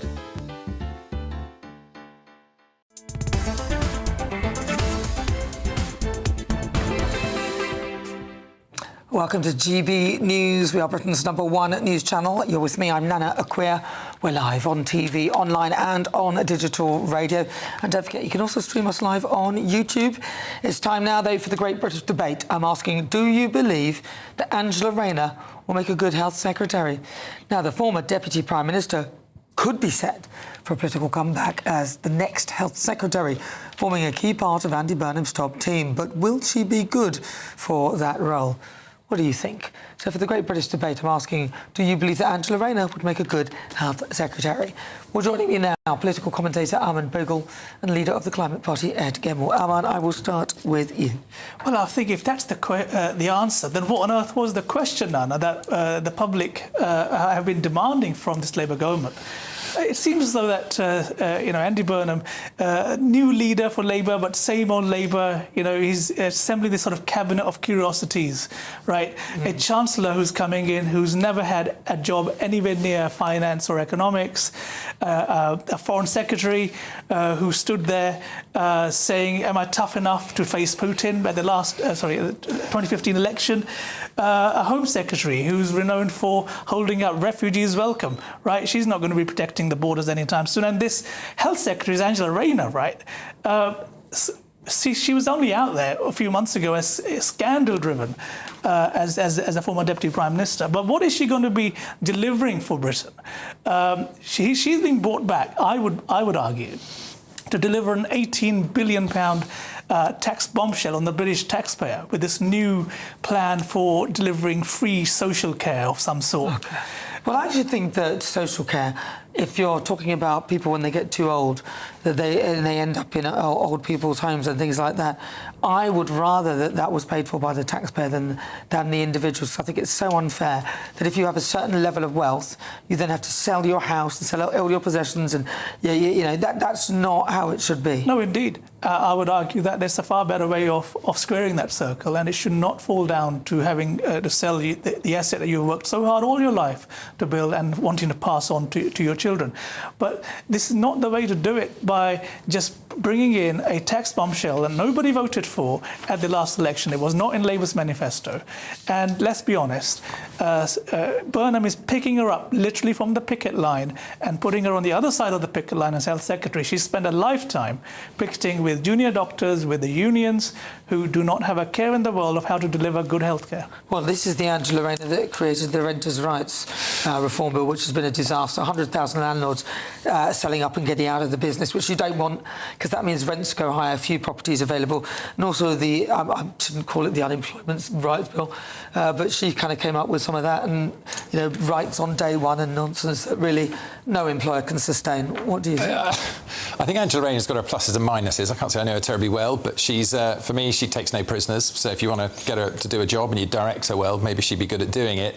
But at the same time, she's a pretty loose cannon. So I'd be pretty worried about what she gets on and does, sort of on or off her own bat and all that sort of thing. And I would err on the side of caution, going to agree with Aman on the fact it'd be nice to see somebody in there with experience. Although I would say... She did work as a care worker, didn't she? Well, yeah, no, she has some limited experience. But I think I was going to say anyway, in general, though, I think it's about the personality type when you're going into these kind of roles, because you've got a whole team of people who know what they're doing and all that sort of thing and know all the answers, supposedly. And if you've got the right aptitude to manage them and drive them and have the vision to go forward, I think that can work. So although I do agree with you in this case, I just want to add that in, is that's not always the case. I do worry a little bit about whether or not she has really any direction when she comes in. And I would really, if I was Andy Burnham and I was putting in somebody like her, I'd be sitting her down and going, look, you're in there to do this job. This is my vision for doing it. So I want to merge healthcare and social care. I want to deal with doctors' pay, and I want you to deal with these 2 or 3 issues and get it done. Don't go out of track and run off and do your own thing. I think with that kind of direction, maybe she'd be okay, but I probably do agree with most of what Armand said at the beginning. Well, I would be a little bit concerned, to be honest with you. I actually think that Wes Streeting did a pretty good job, even though it was a difficult job to do. I think he's the only one that's made any sort of impact, even though some of those figures seemed fudged, but he had the right idea. Maybe Andy Burnham should put Wes Streeting back. And he was very committed. He was very committed to what he was doing. Even if he didn't get some of it right, he was still committed. You've got to give him that. Well, I think the only thing we really saw coming out from Wes Streeting's mouth was a 10-year plan for healthcare. I mean, delivered by who? These people are not going to be around in 10 years' time. Look, there are 400 Labour MPs, and if the best that Andy Burnham can do is bring back old porridge in delivering what? Something that was not in the manifesto, is not having any mandate to go on. And let's be honest, are they really going to be tackling the unions through Angela Rayner? Who are they trying to kid? Well, it will be interesting to see what happens with that. But yes, I wonder who he's going to appoint. We shall see on Monday. All eyes on GB News, because you know we will bring you that. Now, if you've just tuned in, welcome on board. It is 33 minutes after 4 o'clock. You're with me. I'm Nana Akua. Still to come, my difficult conversations. Now, I'm very excited to be speaking to campaigner Maggie Oliver and also sexual abuse survivor Kelly. They will be live here in the studio at GB News. We'll be discussing the important work that they do to help survivors and those at risk of childhood sexual abuse and exploitation. But next, in our Great British Debate this hour, I'm asking, should foreign aid to Pakistan be stopped until the Rochdale rapist is deported? First, your latest news with Bethany Elsey.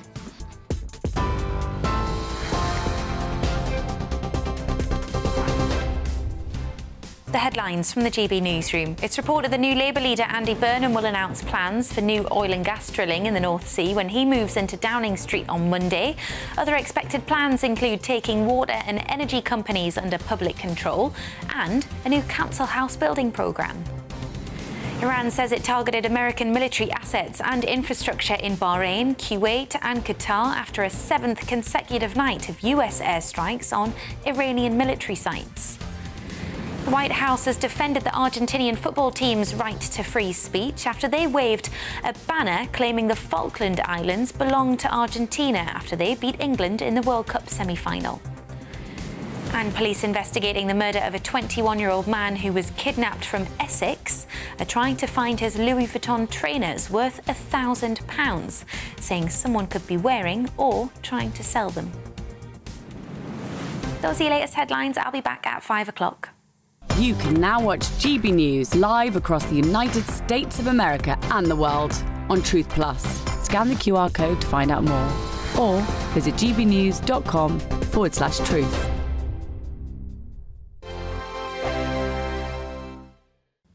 Hello there, good afternoon. Welcome to your GB News weather update from the Met Office. Turning a bit cooler overnight, particularly across Scotland and northern parts of England. Lots of sunshine again tomorrow and feeling a bit fresher compared to of late. Not quite as hot, but no real signs of any rain coming through. High pressure out towards the west, blocking any fronts coming through, so remaining very dry in the forecast. Some showers to finish off the day across southern parts of Wales. These may slip into southern parts of England. They may be heavy and thundery, but they should largely be hit and miss. In the northerly winds, that clears away a lot of our cloud. Plenty of clear spells overnight and turning rather chilly across Scotland, northern parts of England. Temperatures in rural spots under the clearest skies dipping to the low single figures, maybe around freezing. So that does mean we could actually even see some grass frost across rural parts of Scotland to start the day, something we've not seen for a fair while. Most towns and cities, though, around 10 to 13 degrees Celsius in Scotland. Lots of clear skies to start the day across Northern Ireland, northern parts of England. Quite a bright sunny start to the day and fairly similar elsewhere across England and Wales. There'll be some scraps of cloud, and this once again could bring in some very light outbreaks of rain where you're exposed to that northerly wind around eastern coast, but very little rain if we do see any. And for most, it's a dry, settled day, lots of blue skies, less cloud around than perhaps what we'll see this afternoon. Some showers possible across southwest England towards the end of the day, and also some very light rain just pushing into northern parts of Scotland there. But otherwise a dry day and feeling a bit warmer in some areas. Temperatures widely in the low to mid-20s, so feeling warm and pleasant once again in the sunshine. To finish off the day, they will continue to see more rain just push into northern parts of Scotland, but for most it's a dry night to come with more clear skies. A fairly similar picture into next week, mostly dry with some sunny spells and feeling warm in the sunshine. Bye-bye. I've been in Westminster for a long time, but I know that though power may be here, its effect on people's lives is across the whole of the country. We may be where rules are made, but it's where they're implemented that matters. Join me, Jacob Rees-Mogg, for forthright and frank discussion on where Britain has come from, where it's going, and where it will end up. That's State of the Nation, Monday to Thursday, 8 to 9 o'clock. Vox Populi, Vox Dei. Welcome to Free Speech Nation with me, Josh Howard. This is the show where each week we see what's happening in the world of culture, current affairs and politics. First we'll say, welcome to the UK. Oh, thank you. And we're not afraid to use our free speech so that you can use yours. It's not controversial in the slightest to anyone who hasn't lost their mind. Free Speech Nation, Sunday nights at 7 p.m. Only on GB News, the People's Channel, Britain's news channel. Here at GB News, we made a promise to tell your stories. And on the 6th of August, we're marking 5 years of doing exactly that. Celebrate with us by having your say. Join in the debates live on TV and radio. And meeting your favourite presenters across the country, from Leeds to Aberdeen, from Belfast to Barry Island. Plus, join me in Essex for our biggest live show of the year. Scan the QR code or visit gbnews.com/celebrate. Terms and conditions apply.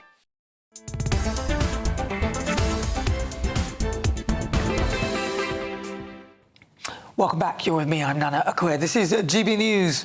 We're live on TV, online and on digital radio, 38 minutes after 4 o'clock.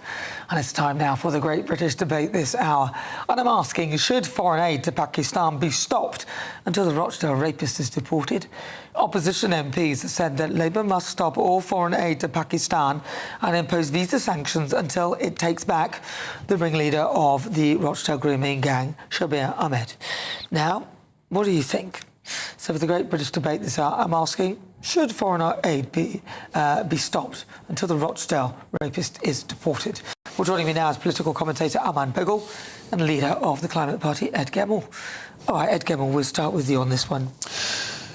Yeah, I don't think it's very difficult to say that we probably should be putting restrictions on the money we're giving to Pakistan when we have this issue to solve. So I think we're probably all going to be in agreement on that one to begin with.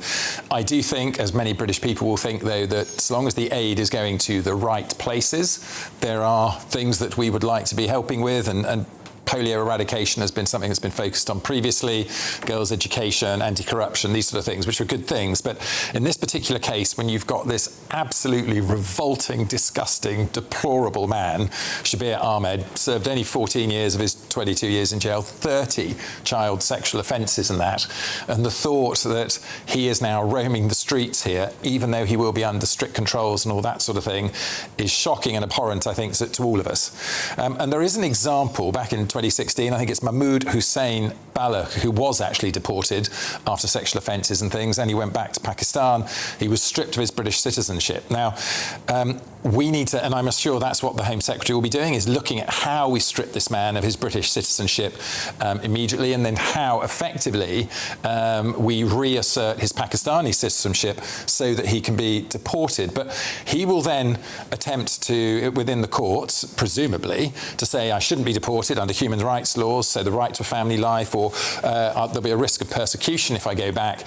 And I do wish, much as I appreciate this risk of persecution issue, when somebody has spent their life persecuting others, I'm not so sure they should be able to make that defence. So I'd like to see him gone. So I'm afraid to say on this particular one, I am probably going to be agreeing with Ahmed that we should not have been paying that money over to Pakistan until this was solved. With Aman. Yeah. Well, look, first of all, I think there needs to be an emergency brake on all foreign aid. We are, as a country, are broke. We are borrowing money, lumbering our next generations with huge amounts of debt to give away to corrupt regimes. The bottom line here is not just aid that needs to stop for Pakistan, but also visas, also cooperation on the international level. This is a rogue state which promotes terrorism. It is the biggest hub of global terrorism anywhere in the world. The 7/7 bombers, they were trained in Pakistan. Bin Laden was hosted by Pakistan. The 9/11 mastermind was found in Pakistan. Now, the bottom line here is, as things stand, the Pakistanis are refusing to behave like a normal, grown-up international state by taking back their rapists and their criminals. We should not be having any soft touch whatsoever for such a rogue state. It's quite simple. The Rothschild rapist could be deported tomorrow if the Pakistani state, this rogue country, could be brought to heel by Britain. It's quite simple. Well, I mean, you say that, but we have a lot of interests with Pakistan, right? I don't even think Pakistan really need the money that we send. We have no guarantee that the money's actually going where it's meant to go. If we stop that aid, I don't think it would make any difference to them. Do you think they'll care? Well, there's a public fact that there's huge amounts of Pakistani investment in the UK. Perhaps some of that investment should be being boarded up. Perhaps some of that investment should be being looked at by the serious fraud office as to where that money has come from, where it is going. It is about time that we applied some pressure on these rogue states for doing the right thing. Every single pound that has been spent by this Labour government, and £153 million was sneaked through the last day of Parliament as aid to Pakistan by the Labour government, is a slap in the face of every child, every British child that Pakistani rapist raped. I can't disagree with the last part of what Amar was saying, actually. I think the other thing that worries me about this amount of money that we're sending is there isn't a shopping list of what it's being spent on. So it's a sort of, from what I can see, what's been reported, it's just going over to Pakistan and it's going to be spent, let's say, uncontrollably. And I'd like to know what it's going to be spent on. And I don't think that ever we should be sending money over to aid anybody unless we know exactly what that aid is specifically going over to do. We've controlled it and we've put that in progress. Well, well, thank you for that. Let's find out. Oh, we've lost that great British voice. What a shame. That's really annoying. I was looking forward to finding out what that great British voice is saying. Right. Who is it? I'll have a chat with them. Heads will roll, my friend, whoever you are. Right, coming up next, an Alzheimer's drug that could prevent dementia before symptoms show, with research suggesting that it could clear toxic brain plaque in just 3 months. We'll be getting all the details on this exciting breakthrough. But first, if you're in search of some holiday sun, here's the forecast.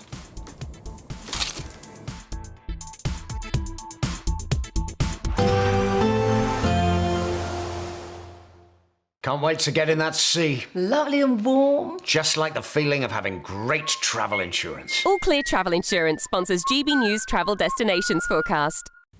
Lots of sunshine around the Mediterranean through this weekend and beyond. Still very hot in Croatia and Italy, but temperatures here into next week just dipping off a little bit. Hot and sunny too for most of Greece and Turkey. The small chance of 1 or 2 isolated heavy showers across the far northeast of Italy. Most of Iberia also dry and sunny. Here too, temperatures just dipping a little bit. Sunny spells across the Canaries. Lots more sunshine to come into next week, but particularly for Rome and Dubrovnik, those temperatures just dipping. All Clear Travel Insurance sponsors GB News Travel Destinations Forecast.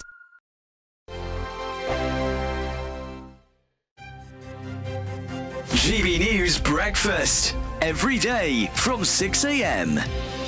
Olympian Sharon Davies. Sharon, thanks so much for joining us this morning. I think this is preposterous that we're banning Sports Day for kids, and our viewers are obviously also thinking this is completely bonkers. But is there a case to be made that perhaps we should be looking after young people when the heat is quite extreme in many people's cases, they'll say? What do you think, Sharon? I think looking after our kids is making them resilient and giving them a sports day. I mean, sport in schools has been relegated year on year on year, and it's so depressing. You know, it's such an important part of young people's lives. give them a hat, give them some sunscreen, make sure they're drinking plenty of water, stick them in the shade when they're not, actually having a little race. This is all about just kids getting used to life, and wrapping them in cotton wool is not the answer. The People's Channel. Britain's newsroom. Weekday mornings from 9:30. So you go along to the car showroom and only like 10%, at most maybe 15%, pay cash. The rest buy it on some form of financing. And you often buy, it's a bit like a mortgage, and it's like buying a mortgage from the estate agent, which we all know is a terribly bad idea. But this is what people did. And the deal is, the scandal is, the guys in the showroom were acting as dealers and brokers, and they were in many cases inflating the interest rate that you paid so that they could get bigger commission. And they didn't declare that. So you basically ended up paying more for your car than you would otherwise have done if you'd gone into the open market and found yourself, a better deal. How did that come to light? Well, over many years. I mean, this has been going on since 2007. GB News, the People's Channel. GB News Breakfast. Every day from 6 a.m.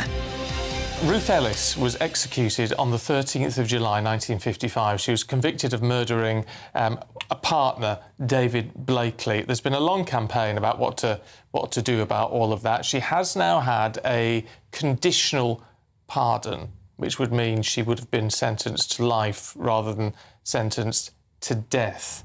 So it's a significant move, but what do her family make of it? Well, her grandson, Stephen Beard, is here alongside solicitor Grace Horton. Good to see you both this morning. I mean, look, from a family perspective, Stephen, what does this mean? It's huge. It was a monumental day yesterday. In essence, it's the removal of a negative blotch in our family history. We have effectively rewritten history because ultimately, for the last 70-odd years, the truth hasn't been known. GB News, the People's Channel.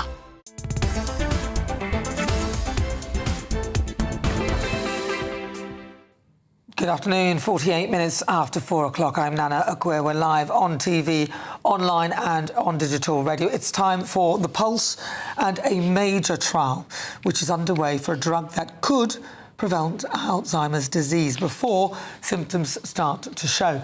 A medication called trontinemab will be given to 1,600 participants who are eligible to take part based on their memory and level of risk for the disease.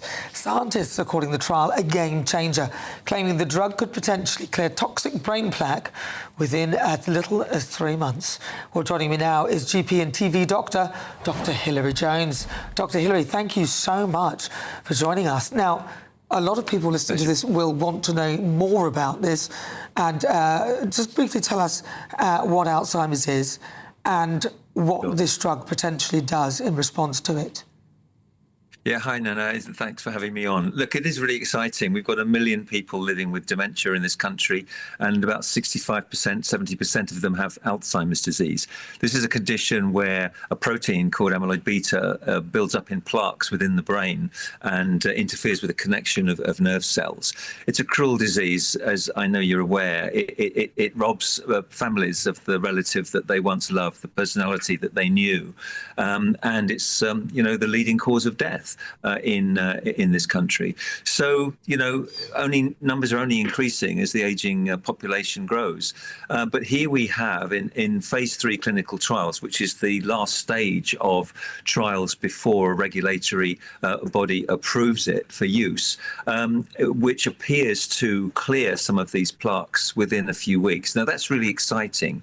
We already have some anti-amyloid drugs like donanemab and lecanemab, but they do have side effects, and they perhaps reduce memory loss by about 27% and 35% respectively over 18 months. So it's piecemeal, and it doesn't cure the condition. This particular drug may, and it needs to be further evaluated, may not only delay the onset in high-risk people before symptoms start, but could indeed prevent the condition. And that's the hope that we all have. That would be the holy grail. Yeah. Now, is this a drug that's been about and been repurposed, or is it a brand new drug? It's a brand new drug. It uses technology called brain shuttle, whereby the antibody crosses the blood-brain barrier and more effectively gets into the areas where the protein has built up. So if that's the case, and it has less of the side effects, which are swelling of the brain and sometimes unwanted bleeding, then it really could be a game changer. But it's early days yet. We need to evaluate its safety. We need to evaluate just how effective it is, and of course look at the cost as well. And how do people know if they're high risk? Is there a blood test or something that they can do to find out, or is it family history? Yes.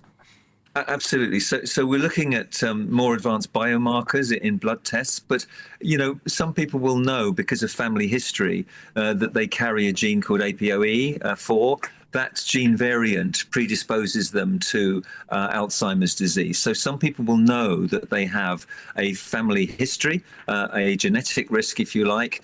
Others may not know, but with increasing research showing that there may be biomarkers that we can detect at molecular level to indicate that somebody is at higher risk, then this drug might be the game changer that we hope it might be. And if someone has Alzheimer's already and it's developing, they've already got a build-up of the plaques in the brain, does this drug work effectively or have any effect on them? Yes, I mean, in theory, it would work just as effectively in those people. But of course, the trials are being conducted in people who are at high risk without yet having developed symptoms. And that's the key. If we could have a drug that deals with this to prevent it from developing before symptoms of cognitive decline occur, then that would be something that we've been working on for years. So it's really too late to treat it once it's occurred. You've already got some brain damage there. You've got memory loss. You've got behavioural change, personality change, social behaviour change. So if you can deal with this before the symptoms, that really would be something. And that's what so many people are expecting, because otherwise we're going to see 1.4 million people living with dementia by 2040 because of the ageing population, and nobody wants that. Do we know if the trial is shut or whether people can get involved in this trial? Is it too late? I think it's too late at the moment. There may well be opportunities for people to join further trials because, as I say, further evaluation with more patients and long-term safety data will need to be collated. So I expect that people will be invited to join further trials in the future. And if these trials prove to be successful, what, in your view, do you think could be a time frame that this drug could be used? Difficult to say. We already have some anti-amyloid medications that are being used. They have to be evaluated for cost effectiveness, and this one would have to undergo the same sort of examination. So it's difficult to say when and where this might be available, but certainly not quite yet. But it certainly gives us hope for the future. So not perhaps in the next year or two, but long term.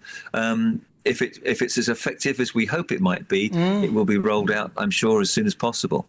All right, well, listen, Dr. Hilary Jones, thank you very much. He's a GP and a TV doctor. Thank you very much. All right, well, stay with me. Still to come, difficult conversations with campaigner Maggie Oliver and also Kelly. They'll be talking about her foundation. But first, let's get an update with your weather.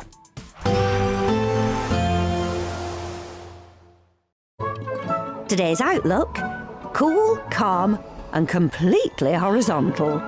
Boxed Aircon sponsors the weather on GB News. Hello there, good afternoon. Welcome to your GB News weather update from the Met Office. Turning a bit cooler overnight, particularly across Scotland and northern parts of England. Lots of sunshine again tomorrow and feeling a bit fresher compared to of late. Not quite as hot, but no real signs of any rain coming through. High pressure out towards the west, blocking any fronts coming through, so remaining very dry in the forecast. Some showers to finish off the day across southern parts of Wales. These may slip into southern parts of England. They may be heavy and thundery, but they should largely be hit and miss. In the northerly winds, that clears away a lot of our cloud. Plenty of clear spells overnight and turning rather chilly across Scotland, northern parts of England. Temperatures in rural spots under the clearer skies dipping to the low single figures, maybe around freezing. So that does mean we could actually even see some grass frost across rural parts of Scotland to start the day, something we've not seen for a fair while. Most towns and cities, though, around 10 to 13 degrees Celsius in Scotland. Lots of clear skies skies to start the day across Northern Ireland, northern parts of England. Quite a bright, sunny start to the day, and fairly similar elsewhere across England and Wales. There'll be some scraps of cloud, and this once again could bring in some very light outbreaks of rain where you're exposed to that northerly wind around eastern coast, but very little rain if we do see any. And for most, it's a dry, settled day, lots of blue skies, less cloud around than perhaps what we'll see this afternoon. Some showers possible across southwest England towards the end of the day, and also some very light rain just pushing into northern parts of Scotland there. But otherwise, a dry day and feeling a bit warmer in some areas. Temperatures widely in the low to mid-20s, so feeling warm and pleasant once again in the sunshine. To finish off the day, they will continue to see more rain just push into northern parts of Scotland, but for most, it's a dry night to come with more clear skies. A fairly similar picture into next week, mostly dry with some sunny spells and feeling warm in the sunshine. Bye-bye. Today's outlook: cool, calm and completely horizontal. Boxed Aircon sponsors the weather on GB News. What would you do with £60,000 cash? What would you do with a real gold bar? Well, both have to be won in our Golden Summer celebration. First, there's £60,000 in tax-free cash to bolster your bank account this year. Plus, we'll also give you a fine gold bar worth over £5,000. For a chance to win, text GOLD to 63225. One entry costs £2.50 plus one standard network rate message. Or text BONUS to 63225. 5 entries cost £5 plus one standard network rate message. Go to gbnews.com/win. Entry start at £2.50. Call 0903 686 3232. Calls cost £2.50 plus your network access charge. Or post your name and number to GB22 PO Box 8690 Derby DE1 9TT. UK only. Entrance must be 18 or over. Lines close at 4 p.m. on the 21st of August. This is a network giveaway. Entries will be pulled. Please check the closing time if listening or watching on demand. Exciting news. Every Friday, my Patrick Christie's Tonight Show is going to have a twist to it. We're welcoming some special guests. You. That's right, on Fridays I'm going to be doing my show in front of a live studio audience, because this show is about you and what you have to say. It's going to be the same big debates, same big topics, same big opinions, but every Friday night at 9 p.m. you are invited to come on down to Patrick Christie's Tonight to be a part of the action. Only on GB News, the People's Channel, Britain's news channel. Do you trust what you're being told? Good, because neither do I. Those are just facts. I'm Alex Armstrong, and on my show, we'll expose the spin. Well, I want to answer that because you didn't let me last time, because you always speak over me. The broken promises. To deny that is denying the truth. And the hypocrisy. We can allow. Stop. We can allow. Politics, policy, parliament. Nothing is off limits. No sugarcoating, no fear of offence, just the truth laid bare. Tune in every Saturday and Sunday at 9 p.m. for Alex Armstrong Tonight, only on GB News, Britain's news channel. Westminster's full of talk, but out here, it's the real world. Am I allowed to talk now? No, that's it.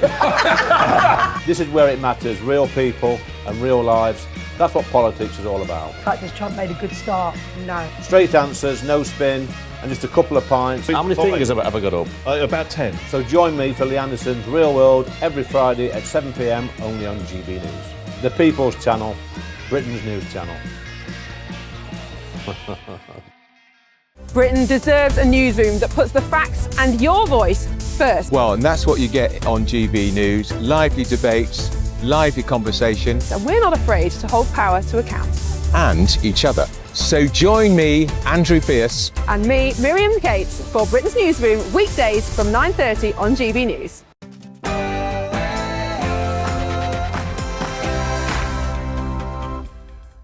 Hello, good afternoon and welcome to GB News. We're live on TV, online and on digital radio. I'm Nana Akua.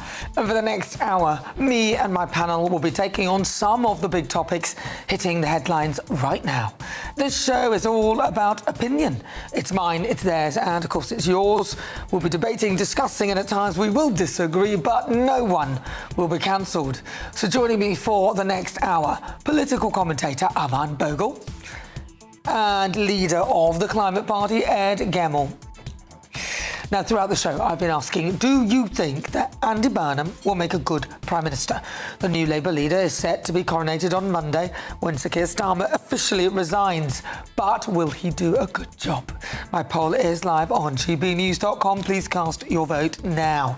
Then, in Difficult Conversations, I'll be speaking with campaigner Maggie Oliver and sexual abuse survivor Kelly to discuss the important work that they do to help survivors and those at risk of childhood sexual abuse and exploitation. That is coming up very shortly. Maggie is here, and Kelly, you won't want to miss that.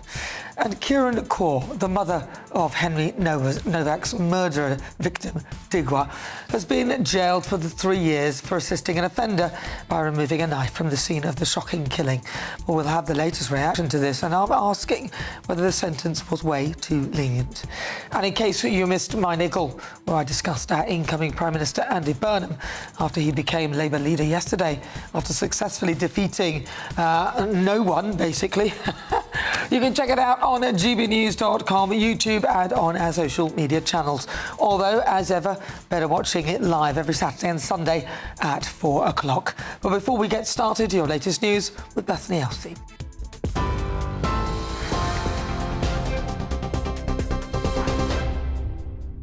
Nana, thank you. Your top stories from the GB newsroom at 5:01. It's reported Andy Burnham will announce support for new oil and gas drilling in the North Sea when he becomes Prime Minister on Monday. A Labour manifesto in 2024 ruled out any new licences to drill, but extraction would be allowed close to existing sites. It's part of a flurry of measures focused on the cost of living, including taking water and energy companies under public control and a new council house building programme. And after days of speculation over who will form his government, the new Labour leader says he'll announce his cabinet positions next week. Iran has launched another wave of attacks on Gulf states, it says, after a 7th consecutive night of US strikes on Iranian military targets. Bahrain and Qatar were targeted, while Kuwait came under sustained attack. A water plant there was hit and operations at Kuwait International Airport were suspended. It comes a week after the ceasefire between the two countries collapsed. Oil prices have since risen to more than 4%, their highest level in more than a month. Officials in Russia says a wave of Ukrainian drone attacks have killed 7 people working at a warehouse south of Moscow. Dozens more were injured at the warehouse, owned by Russia's largest online retailer. Ukraine's President Volodymyr Zelensky said the sites were being used to house parts for Russian drones. In a separate attack, an oil depot was hit by falling debris, causing a fire to break out. The White House has defended the Argentinian football team's right to free speech after they waved a political banner after beating England in the World Cup semi-final. It claimed the Falkland Islands belong to Argentina. The team faced potential disciplinary action from FIFA following the incident. Meanwhile, Donald Trump has criticised England manager Thomas Tuchel's tactics after the Three Lions defeat. The US president questioned why captain Harry Kane was used in a defensive role, calling the decision unusual. Harry, who's been fantastic, I think they perhaps made a mistake when they made him a defensive player. What do I know about soccer? They took the league and they took their best player and then put him on defense. Then somehow, we got to be a little offensive, right? But no, I'm not going to call it. Look, what do I know about coaching? But that was a little unusual. England now face France in the third-place playoff tonight. Kickoff is at 10 o'clock, while Argentina will play Spain in the World Cup final tomorrow at 8. And more than 5,500 homes across Tunbridge Wells in Kent are facing water supply issues due to a technical problem. South East Water said the issue at a water treatment works has affected levels in drinking water storage tanks. Residents across Kent and Sussex have experienced several water supply failures in recent months, with South East Water being ordered to spend more than £30 million on improvements by the regulator Ofwat for letting customers down. You're up to date for now. Let's get back to Nana. For all the latest from GB News whilst you're on the go, get the GB News app. Scan the QR code now to download or visit gbnews.com/app.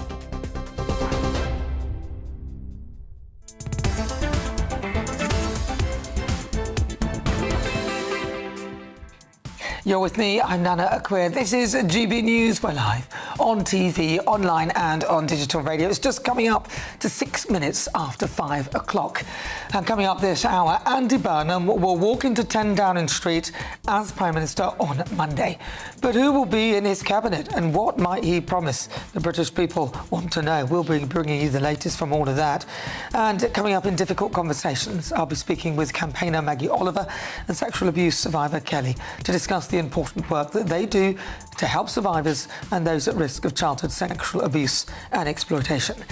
In the Great British Debate this hour, I'm asking, do you believe that Vikram Digwa's mother's sentence was long enough? The mother of the Henry Novak killer was jailed for 3 years for the offence of assisting on an offender. But she could be out by the end of the year under current guidelines. So in the Great British Debate this hour, I'm asking, do you believe that actually that sentence was way too short? That is all coming up. As ever, send me your thoughts, post your comments, gbnews.com/your say.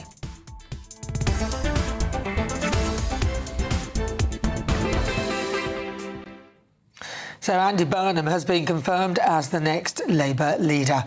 Now, he's replaced his counterpart, Sir Keir Starmer. Now, the former Manchester mayor will now be the nation's 7th Prime Minister in the past decade. During his acceptance speech, Burnham vowed to challenge Britain's political culture and give people their hope back after a decade of political instability. I think his words were, growth in every postcode, hope in every heart. Well, I'm joined now by Labour MP for Bootle, Peter Dowd. Peter, look, a lot of people are very happy within the party that Andy Burnham has been appointed as the leader.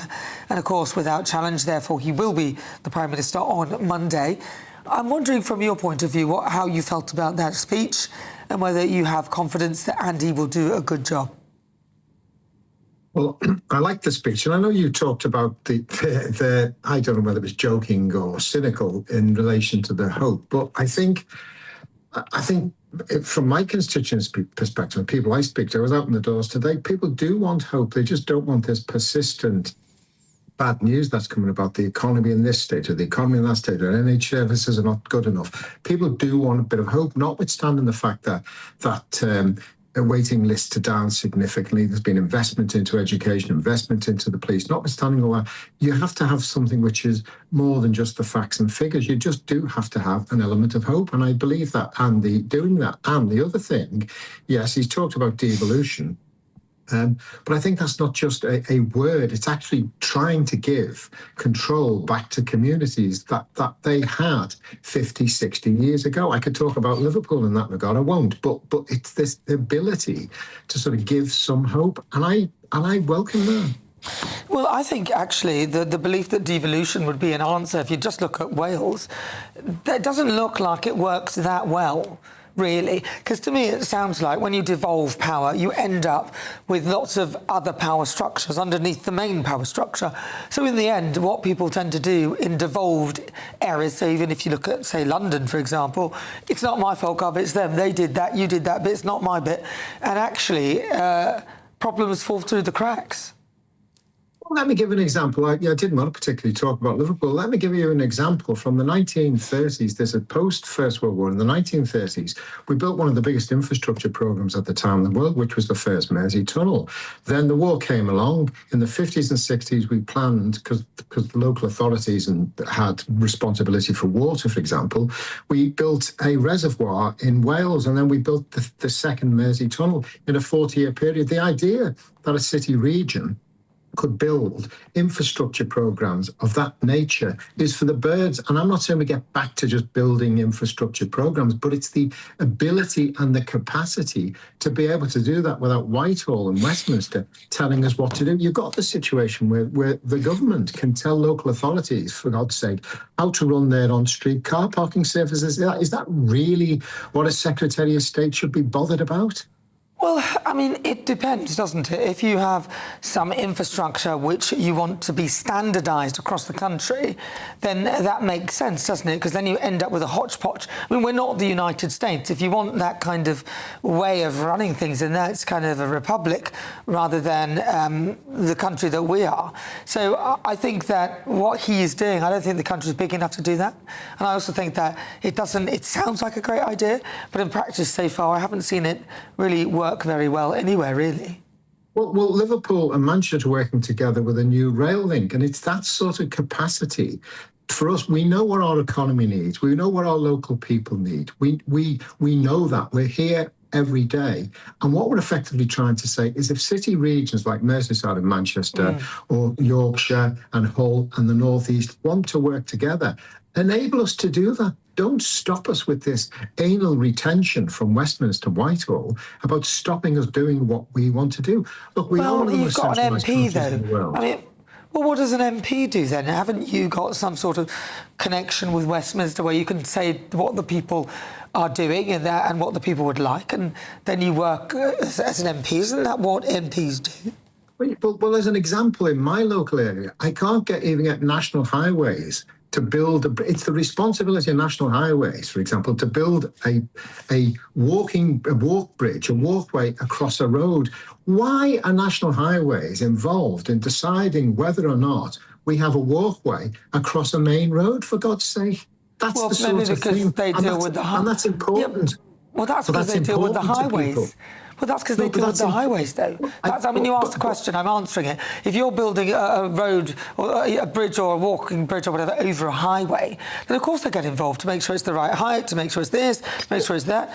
I get why they get involved. And actually, now you mentioned it, it would be quite frightening if local councils could just go along like that and not concerned with national highways and people like that. Well, yes, but the point at the end of the day, that's part of the development process. That's for us to determine locally what we need at a very local level. We're not talking about some major infrastructure program. That's an example of what I'm trying to say. It's just an example of where local government and local communities are disempowered, and it's trying to get empowerment back. Who would then fund the maintenance of that bridge? Would you want the funding for that to come from national government, or would you be localised, be building it from council tax? Because at some point you'll be thinking, oh, I don't want that money coming out of the council tax. Well, who will fund that? Well, as an example, look, I don't want to get too focused on the national highways, but the point at the end of the day, they have a budget, and there's nothing wrong with potentially devolving some of that budget. That's the point I'm making. It's not all centrally dominated. That's the point I'm trying to make. It could be localised. Now, it's not all about that, but that's an example of trying to wrestle from Westminster and Whitehall all this control. They put the thumb up or they put the thumb down. And if you get the thumb up, okay. If you get the thumb down, you don't get the resource. Well, that could be because potentially they'll be the ones funding it. Do you know what I mean? So I hear you, but I do believe that creates more kind of lines of power that you have to keep going through to try and get something done. And also, if something goes wrong, so just say somebody does something bad over that bridge or whatever, whose responsibility? Who then picks up the can? That's my example of why I find these devolved power centres pass the buck. Well, for example, no, not necessarily, because what happens in places like Germany is that they have the land, it's a federal system, and about 86% of national expenditure is by the national government, and about 15-16% are by local government, if you want. There are models out there. Whether it be in potentially Italy, whether it be in Spain, in Germany. If there are models available, if we're saying let's just use the same old model with the same old hackneyed approach to things, that's why we're 20-25% less productive than the Germans, less productive than the French, less productive than the Italians. Let's just try and change our approach to this. This isn't asking for heaven. It's just asking for us to be able to have some control about what we do locally without London either giving us the nod yes or telling us to get lost. Yeah, well, it's Westminster, and that's where... And I presume, very briefly, because I've got to go, that you like his idea of number 10 North as well. Well, I think it's about number 10 North, but I think that's a way of sending the message that local communities and regions are going to be able to have some control of their own destiny, and it's not all about what goes on in the corridors of power down in Westminster. And I welcome that. Well, I don't know whether I just think you've got all the corridors in Westminster, you've got all the MPs getting together from all over the country, and it's not really just Westminster, but I do hear what you're saying, but I don't believe that devolution is the answer for that one, but I think it takes up a lot of time as well, which Andy Burnham should be focusing on the boats. Yeah, okay, I've got to go, Peter, but we'll have a longer conversation about this because I really would like to talk to you about this more. That is Peter Dowd. He's a Labour MP for Bootle. Thank you very much, Peter. Now, just a reminder, friends of GB News, you can actually vote in today's You Decide poll. It is totally free. Just scan the QR code now that you're seeing. It's not there, is it? Do you think that Andy Burnham will make a good Prime Minister? Yes or no? Why did we bother doing it then? All right, let us know what you think, and we'll bring you those results later in the programme. Right, the mother of Henry Nowak's killer has been jailed for 3 years. She was jailed for 3 years for removing the murder weapon from the crime scene. Kieran Kaur was sentenced for assisting an offender after taking the knife used to kill the 18-year-old student back to the family house. But is this sentence too lenient? Well, joining me now is criminal defence solicitor Marcus Johnston. Marcus, a lot of people will look at that and think, what? This young man was murdered by this awful Digwa, and then the mother, who would be well aware of what had happened because she then took the knife to try and put it away somewhere, festoon it so that perhaps it wouldn't be seen somewhere. And she's obviously part of concealing a weapon and has only been given 3 years. She'll be out before Christmas. That's correct, Nana, and I think many of your viewers will be astounded with the way the sentencing works in this country. I've often spoken about the lenient sentence that I think are handed down by the UK British courts. 3 years is on the lower end of the scale. It could have been up to 10 years for assisting an offender. That's the statutory maximum. The guidelines would indicate between 2 to 6 years. So a 3-year sentence is at the lower end of the scale for that. However, what is most shocking, I think, is that the judge has indicated she may well be eligible for home detention curfew, which means that, get this, she's eligible for release at the end of this month. Not December, the end of this month, if she qualifies for home detention curfew. If she doesn't qualify for the tag, electronic tag, then it would be the end of the year. Now, your viewers may be in disbelief to think that somebody who can be sentenced to 3 years ends up serving another 14 days or so in prison before she's released. It rather makes a joke of our legal system, I think. Why was she given such a low sentence? What were, in your view, the mitigating circumstances that would have led to that? Well, the mitigation would have been her previous clean record, no previous offending. It may have been the spur of the moment. Certainly her barrister was advancing the argument that she was there trying to protect her son, perhaps misguided, but it's what a mother would do, so it was said. So I think they're the factors that has pushed the judge towards the lower end of the scale. He did say that there's very little risk of her offending in the future. So I think that's been taken into account. But of course, when we know the background to this, and it's such a horrific murder, then it rather does sit uneasy, doesn't it? I think many people will feel this just isn't right. But then, of course, we've always got this system where any time served on remand comes off the total sentence. It's reduced by half anyway, perhaps even less. Then you've got release on tag to bring it even. So all we're doing, and the government's been doing this a lot recently, is trying to figure out ways of how to release prisoners earlier and earlier and earlier. And so we are getting even dangerous people now being released from prison because of the overcrowding problem, or people who are now being sentenced to prison for serious offences are really, it's the equivalent of a slap on the wrist. I mean, if you're going to serve 14 days potentially as a convicted prisoner, what kind of deterrent is that anyway?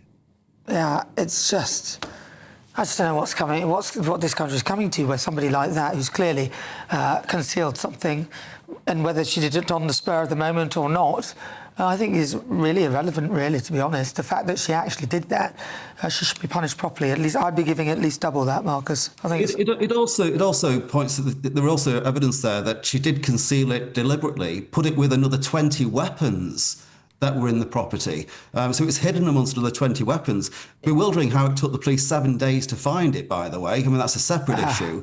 But then the police later found another a total of 55 weapons in the property. So there's a lot that's going on there that we've still got to know about. Well, I think that there needs to be some sort of appeal against sex. I think it's absolutely nonsense that should be the case. Listen, thank you very much, Marcus. That's Marcus Johnson. He's a criminal defence solicitor.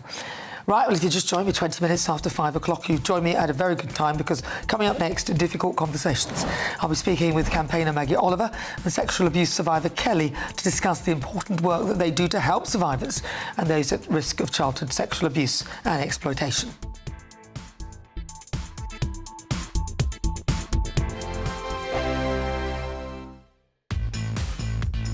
Five hosts, 5 opinions, 5 fearless debates, 5 unfiltered takes on the day's news. 5 reasons not to be anywhere else on Saturday night.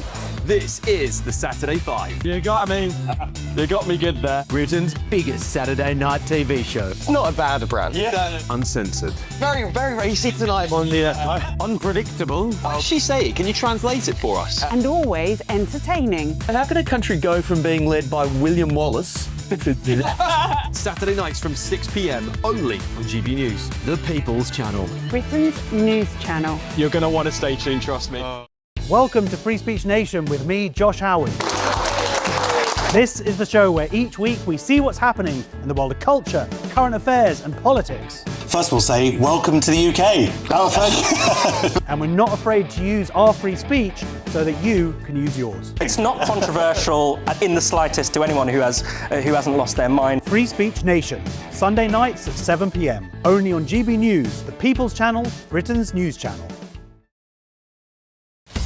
Breaking news, live updates, stories that matter. From the heart of the GB newsroom to every corner of Britain, with our team of dedicated journalists across the UK. GB News bulletins are there to deliver the latest news that matters to you. Bulletins on GB News, the People's Channel, Britain's news channel. Some people enjoy lazy Sunday mornings, but not me. What's the truth of the matter? So that's a very live question. Would you support him if he waters down these plans? Before the spin sets in, I'll be getting to the truth. This is personal. No soft questions, no easy answers. It's one thing if the state has rules in this country. It's another thing whether the police and others actually police them. Setting the agenda and holding those in power to account. You can't really blame her if the system is set up this way. You will not want to miss it, trust me. The Camilla Tominey Show, Sundays from 9:30, only on GB News. Here at GB News, we made a promise to tell your stories. And on the 6th of August, we're marking 5 years of doing exactly that. Celebrate with us by having your say. Join in the debates live on TV and radio. And meeting your favourite presenters across the country, from Leeds to Aberdeen, from Belfast to Barry Island. Plus, join me in Essex for our biggest live show of the year. Scan the QR code or visit gbnews.com/celebrate. Terms and conditions apply. At GB News, we love to hear from you, our loyal community. So drop us a line at gbnews.com/yoursay. There, you can talk to each other and also to the presenters live on air. gbnews.com/yoursay, because GB News is your channel, Britain's news channel. Here at GB News, we made a promise to tell your stories. And on the 6th of August, we're marking 5 years of doing exactly that. Celebrate with us by having your say. Join in the debates live on TV and radio. And meeting your favourite presenters across the country, from Leeds to Aberdeen, from Belfast to Barry Island. Plus, join me in Essex for our biggest live show of the year. Scan the QR code or visit gbnews.com/celebrate. Terms and conditions apply.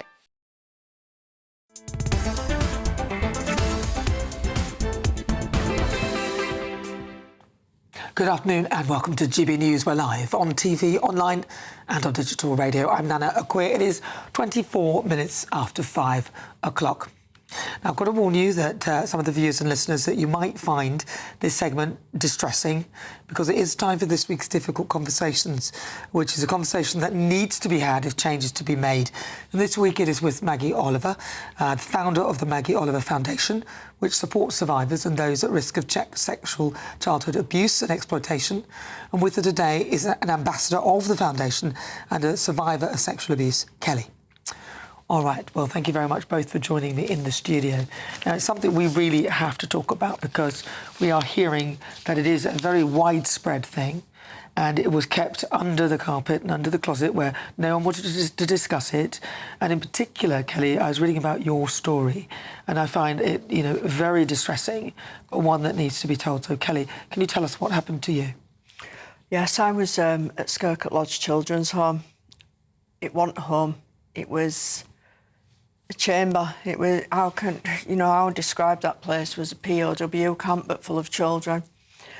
And there was children abused, including myself, sexually, physically, mentally and emotionally, daily, on a daily basis. Staff members, police officers knew, social workers knew, schools knew, everyone knew. Children was committing suicide.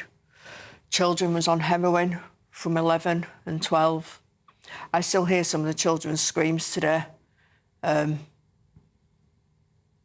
Because trauma is for life. I've found a way of managing, but it's not that I'd slipped through the gaps. It's because the systems didn't want to know.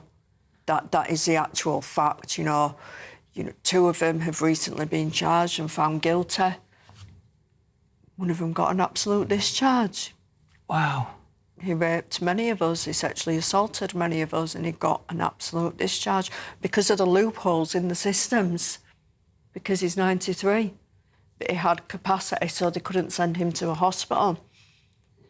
So there's loopholes going on within these systems. Yeah, the perps abuse me, and that's wrong. But the systems have been adding trauma.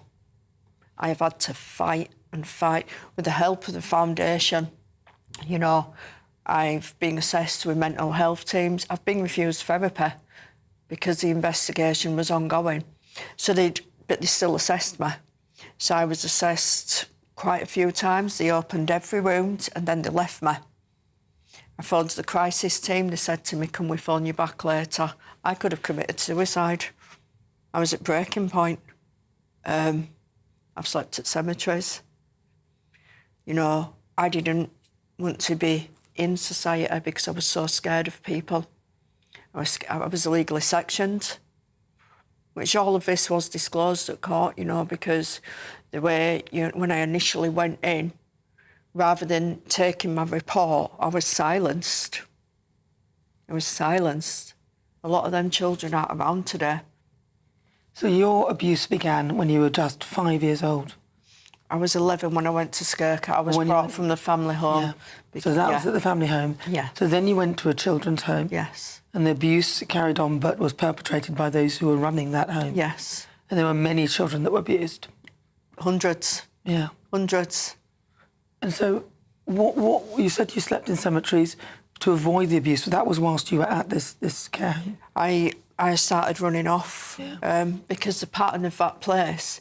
I remember when I came out of the office one of the times, another time, because I was being sexually abused on a daily basis. And I came out of the office, and this was after a few months, and there were two boys there, and they were 14 and 15.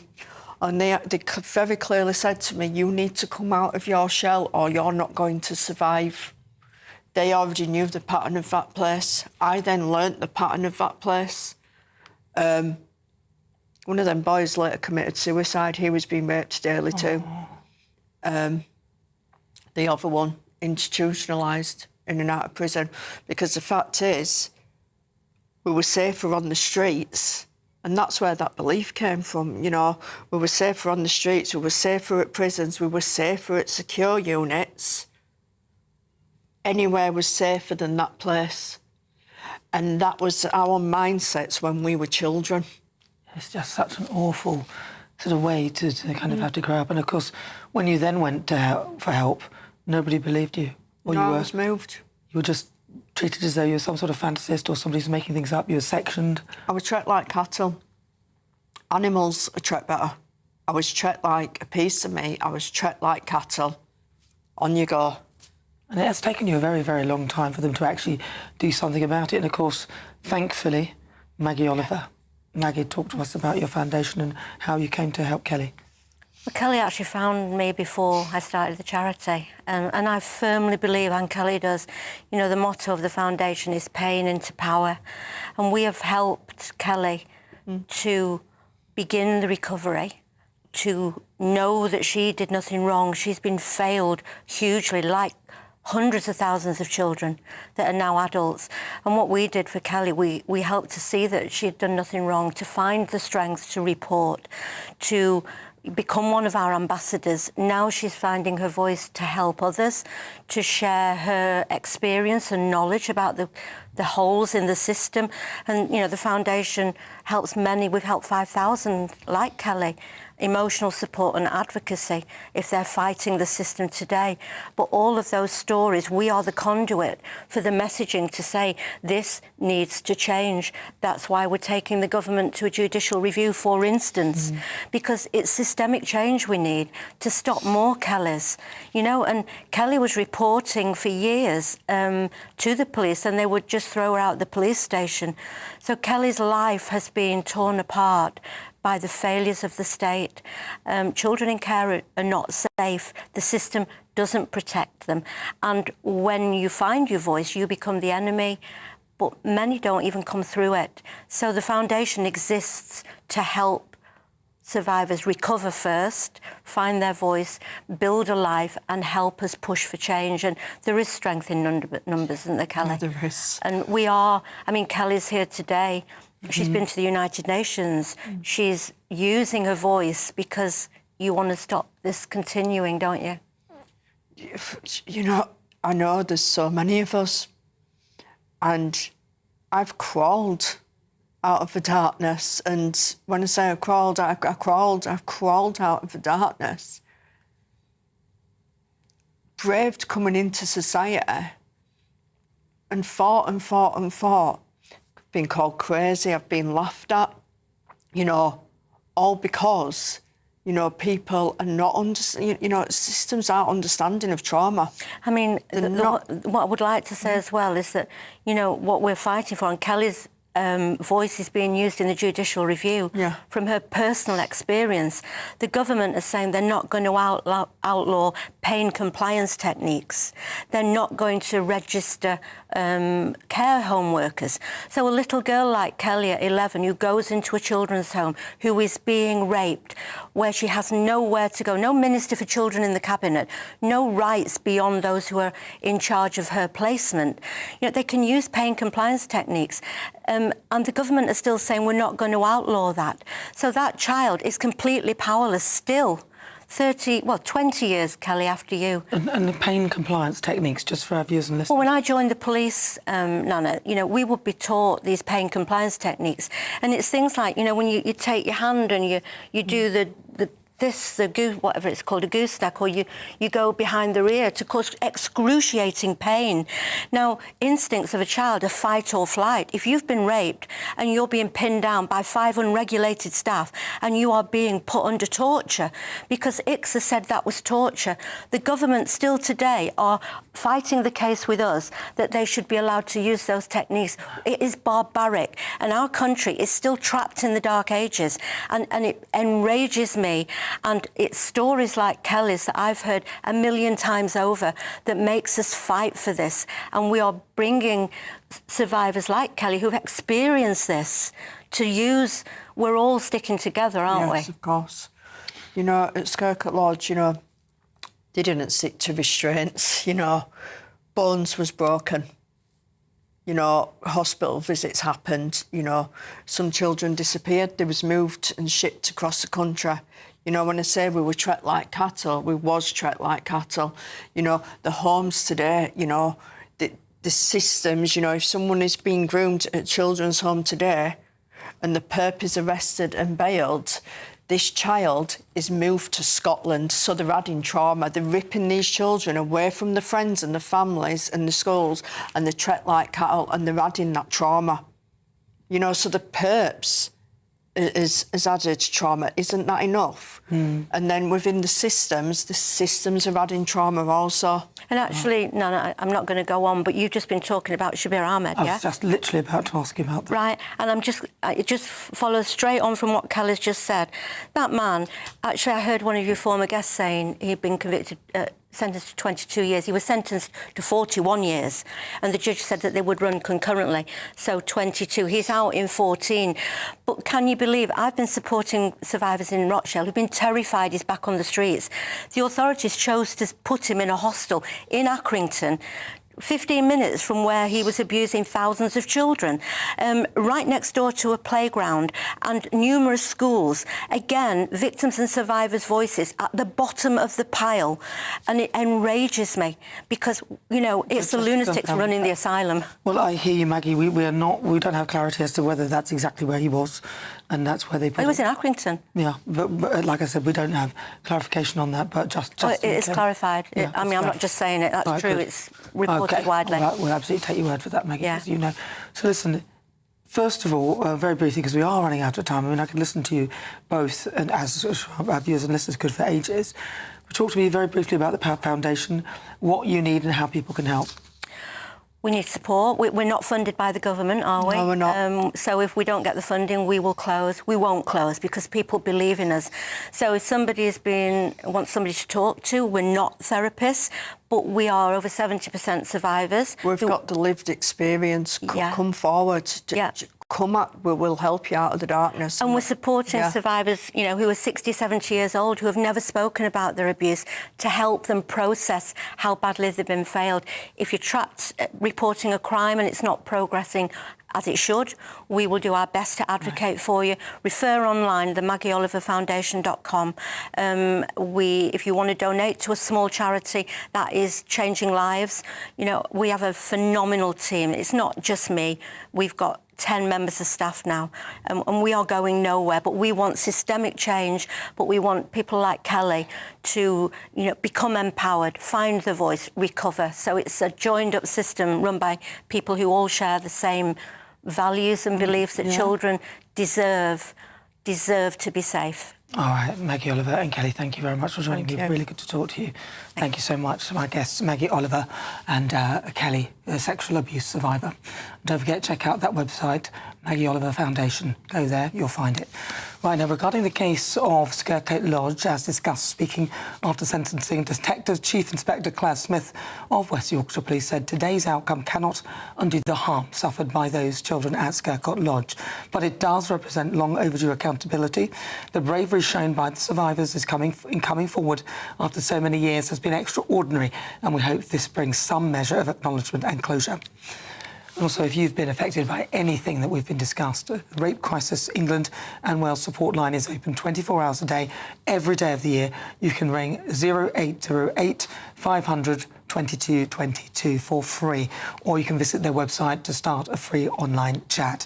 And additionally, you can also contact Samaritans. You can call them for free on 116123, or email them at joe, without the E, at samaritans.org, or visit samaritans.org to find your nearest branch.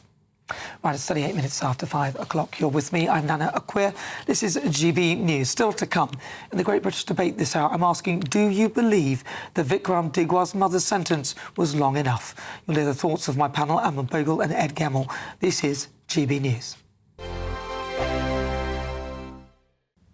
Hello there, good afternoon. Welcome to your GB News weather update from the Met Office. Turning a bit cooler overnight, particularly across Scotland and northern parts of England. Lots of sunshine again tomorrow and feeling a bit fresher compared to of late. Not quite as hot, but no real signs of any rain coming through. High pressure out towards the west, blocking any fronts coming through, so remaining very dry in the forecast. Some showers to finish off the day across southern parts of Wales. These may slip into southern parts of England. They may be heavy and thundery, but they should largely largely be hit and miss. In the northerly winds, that clears away a lot of our cloud. Plenty of clear spells overnight and turning rather chilly across Scotland, northern parts of England. Temperatures in rural spots under the clearest skies dipping to the low single figures, maybe around freezing. So that does mean we could actually even see some grass frost across rural parts of Scotland to start the day, something we've not seen for a fair while. Most towns and cities, though, around 10 to 13 degrees Celsius in Scotland. Lots of clear skies to start the day across Northern Ireland, northern parts of England. Quite a bright, sunny start to the day, and fairly similar elsewhere across England and Wales. There'll be some scraps of cloud, and this once again could bring in some very light outbreaks of rain where you're exposed to that northerly wind around eastern coast, but very little rain if we do see any. And for most, it's a dry, settled day. Lots of blue skies, less cloud around than perhaps what we'll see this afternoon. Some showers possible across southwest England towards the end of the day, and also some very light rain just pushing into northern parts of Scotland there. But otherwise, a dry day and feeling a bit warmer in some areas. Temperatures widely in the low to mid-20s, so feeling warm and pleasant once again in the sunshine. To finish off the day, they will continue to see more rain just push into northern parts of Scotland, but for most it's a dry night to come with more clear skies. A fairly similar picture into next week, mostly dry with some sunny spells and feeling warm in the sunshine. Bye-bye. Exciting news. Every Friday, my Patrick Christie's Tonight Show is going to have a twist to it. We're welcoming some special guests. You. That's right, on Fridays I'm going to be doing my show in front of a live studio audience, because this show is about you and what you have to say. It's going to be the same big debates, same big topics, same big opinions, but every Friday night at 9 p.m. you are invited to come on down to Patrick Christie's Tonight to be a part of the action. Only on GB News, the People's Channel, Britain's news channel.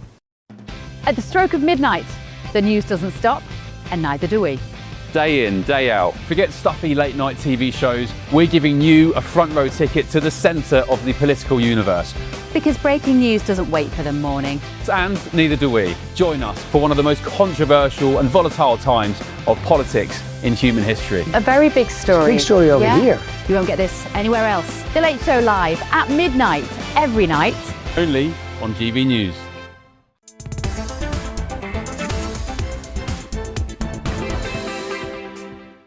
Good afternoon, welcome back to GB News. We are Britain's #1 news channel. I'm Nana Akua. 41 minutes after 5 o'clock, we're live on TV, online and on digital radio. And it's time now for the Great British Debate this hour. And I'm asking, do you believe that Vikram Digwar's mother's sentence was long enough?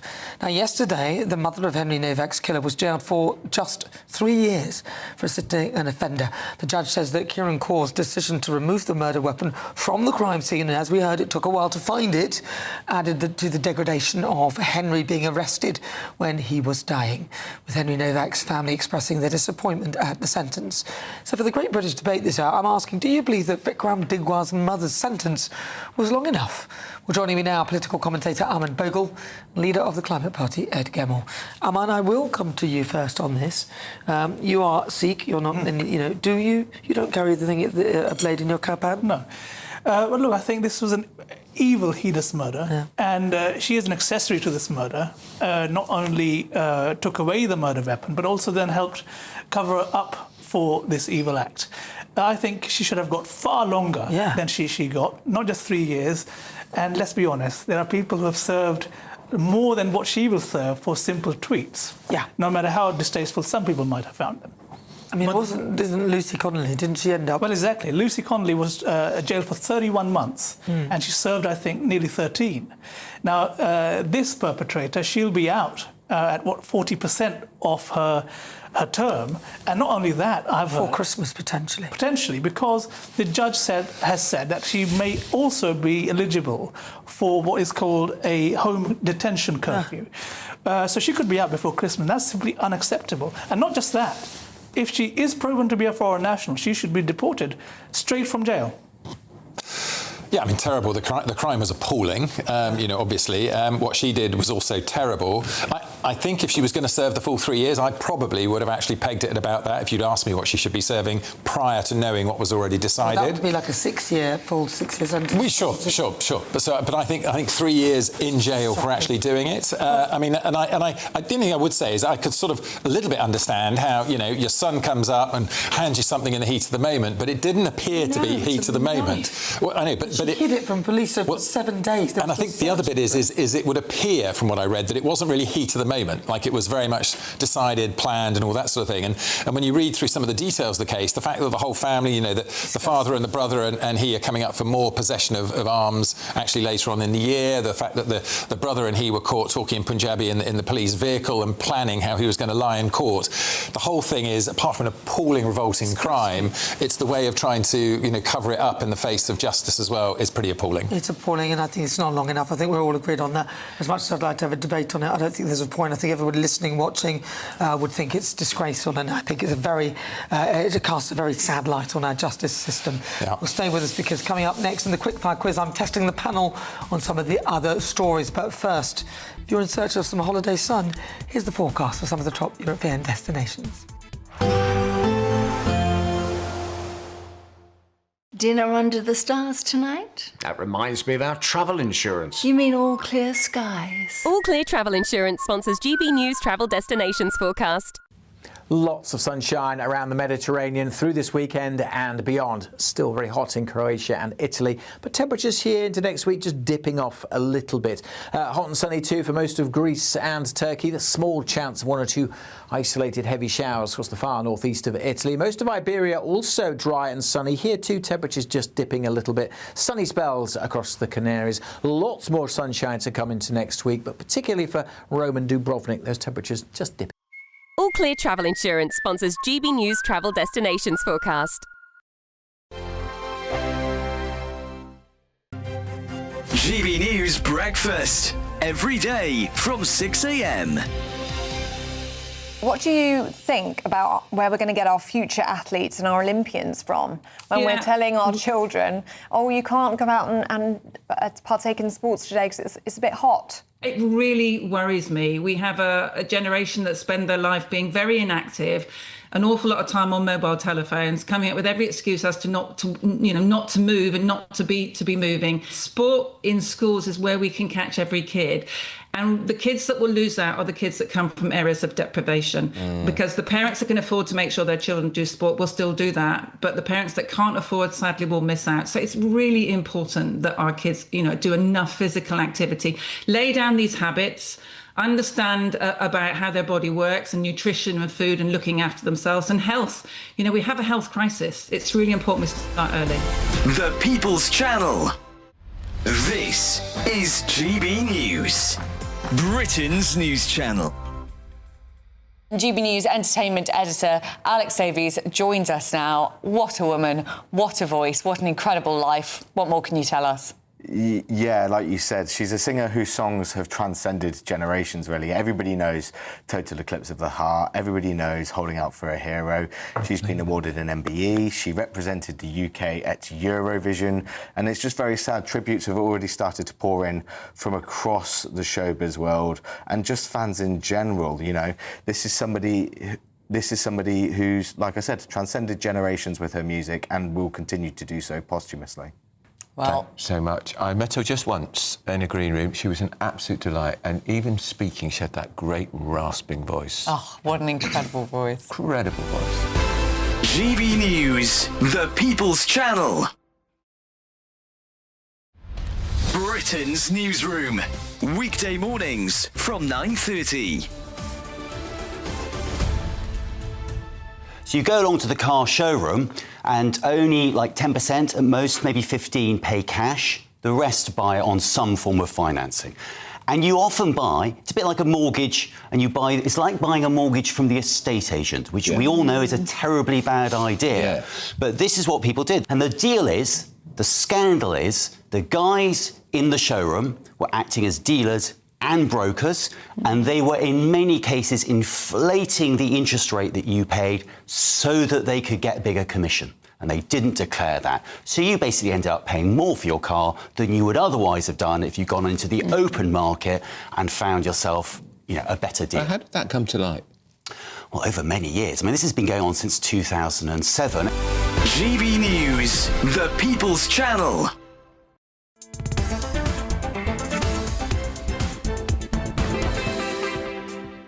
Welcome to GB News. If you just tuned in, where have you been?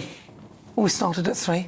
Do you mind doing that tomorrow? Because it's my birthday tomorrow. So at least be on time for tomorrow. But actually, you've come at a good time because it's time for our Quick Fire Quiz, the part of the show where I test my panel on some of the other stories hitting the headlines. I'm joined now by political commentator Armand Bogle. Your buzzer, please. And also leader of the Climate Party, Ed Gamble. Your buzzer, please. You could just do it after I've said it, at least. I mean, do you know what I mean? Oh, sorry about that. Quick off the buzzer. This is not going to go well for him. Question 1, multiple choice. McDonald's made a major shake-up to its delivery menu this week. Which of these items can you no longer order for delivery? No, I've started, so I'll finish. Is it A, a hamburger, B, Big Mac, or C, chicken nuggets? Hamburger. Hamburger? Chicken McNuggets. Okay, let's see. It's a hamburger. You can't buy a hamburger. What's wrong? Why not? Yeah, they've stopped delivering it. Oh, God, what's that about? All right, so question 2, closest answer wins. How many days has the UK reached 35 degrees Celsius or above so far this summer, setting a new record? Ed Gamble. 12. You should be right. Hopefully it's a climate... Hopefully it's right. 13. You didn't press your buzzer. I can't accept it. Try again. 14. All right, we'll see. The answer is 6 days. Ed! His climate radar has gone off. Right. That's what I said. You should know that. Yeah, so you didn't get that, but I you are should the have known that, closest. actually. Yes, I was thinking 30 degrees, actually. Well, your closest answer, you get that, so it's 1-1. All right, question 3. True or false? Sir, or what's he now? Lord. Oh, God. Lord Sadiq Khan is the first elected mayor of London to receive his life peerage in the House of Lords. True or false? Armand Bogle. False. True. The answer is true. Oh, 2-1, you press ahead. Thank you, Al. Very good. All right, question 4, the multiple choice. Excluding the 2026 World Cup, when did England last reach the semi-finals in the FIFA World Cup? Was it A, 1990, B, 2018, or C, 2022? Armand Bogle. 2018. Ed Gamble. 2022. The answer is 2018. Yes, England lost 2-1 to Croatia. All right, question 5, multiple choice. What's the score? Does anyone know? Is anyone counting? 2-2, I think. All right, don't mess with my 2-2. All right, question 5, multiple choice. What is the name of the new Christopher Nolan film which has just been released in the UK this week? Is it A, Lad, Oedipus Rex, or The Odyssey? Yes, The Odyssey. The Odyssey. That's your buzzer. Come on, say something. Well, I'll have to go for the Iliad, but it's wrong. The answer is The Odyssey. Well done, Aman. 3-2. You are today's winner. Now, throughout the show, I've been asking, do you think that Andy Burnham will make a good Prime Minister? And the results are in. Take a guess, Aman. 0%. Say you will. OK. According to 1%, actually. I was going to say 99%. Polling error. Yes, polling error. So 1% of you say yes, he would make a good Prime Minister, which isn't really great, is it? And 99% of you say no. I'm sure the devil will be at the detail. We'll find out on Monday. Don't forget to tune in live on GB News. Also, tomorrow is my birthday. I'll be here turning 21. I know. Don't look so shocked. Thank you. Well done. Thank you. You don't look it. Thank you very much. Thank you so much to my wonderful panel, commentator Armand Bogle. Armand, thank you very much. And thank you very much to leader of the Climate Party, Ed Gamble, Pleasure. for joining me today. And a huge thank you to you at home for your company. I'll see you tomorrow, same time, same place on my birthday, July 19th at 3. But first, it's time for the Saturday 5. Cheers, Nana. We're going to go live and discussing a small town, a village, in fact, in Oxfordshire that has decided to leave the United Kingdom over the imposition of illegal migrants in their area. I'll be finding out if they're going to ban Kai, and if they do, I'll move. Now, all of that and more, my friends, we're going to find out before we get hot and steamy on the table whether or not it's hot and steamy where you are with the weather. Find out here.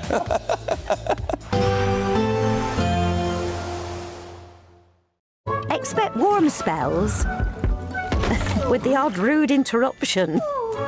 Box Boilers sponsors the weather on GB News. Hello there, good afternoon. Welcome to your GB News weather update from the Met Office.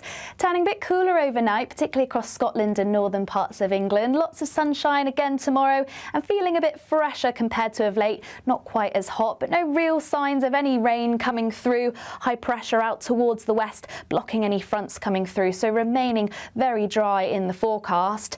Some showers to finish off the day across southern parts of Wales. These may slip into southern parts of England. They may be heavy and thundery, but they should largely be hit and miss. In the northerly winds, that clears away a lot of our cloud. Plenty of clear spells overnight and turning rather chilly across Scotland, northern parts of England. Temperatures in rural spots under the clearest skies dipping to the low single figures, maybe around freezing. So that does mean we could actually even see some grass frost across rural parts of Scotland to start the day, something we've not seen for a fair while. Most towns and cities, though, around 10 to 13 degrees Celsius in Scotland. Lots of clear skies to start the day across Northern Ireland, northern parts of England. Quite a bright, sunny start to the day, and fairly similar elsewhere across England and Wales. There'll be some scraps of cloud, and this once again could bring in some very light outbreaks of rain where you're exposed to that northerly wind around eastern coast, but very little rain if we do see any. And for most, it's a dry, settled day. Lots of blue skies, less cloud around than perhaps what we'll see this afternoon.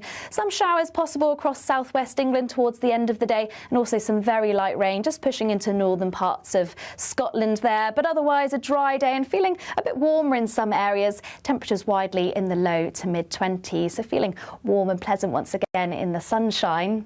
To finish off the day, they will continue to see more rain just push into northern parts of Scotland, but for most it's a dry night to come with more clear skies. A fairly similar picture into next week, mostly dry with some sunny spells and feeling warm in the sunshine. Bye-bye. Expect warm spells with the odd rude interruption. Box Boilers sponsors the weather on GB News. We're celebrating a golden summer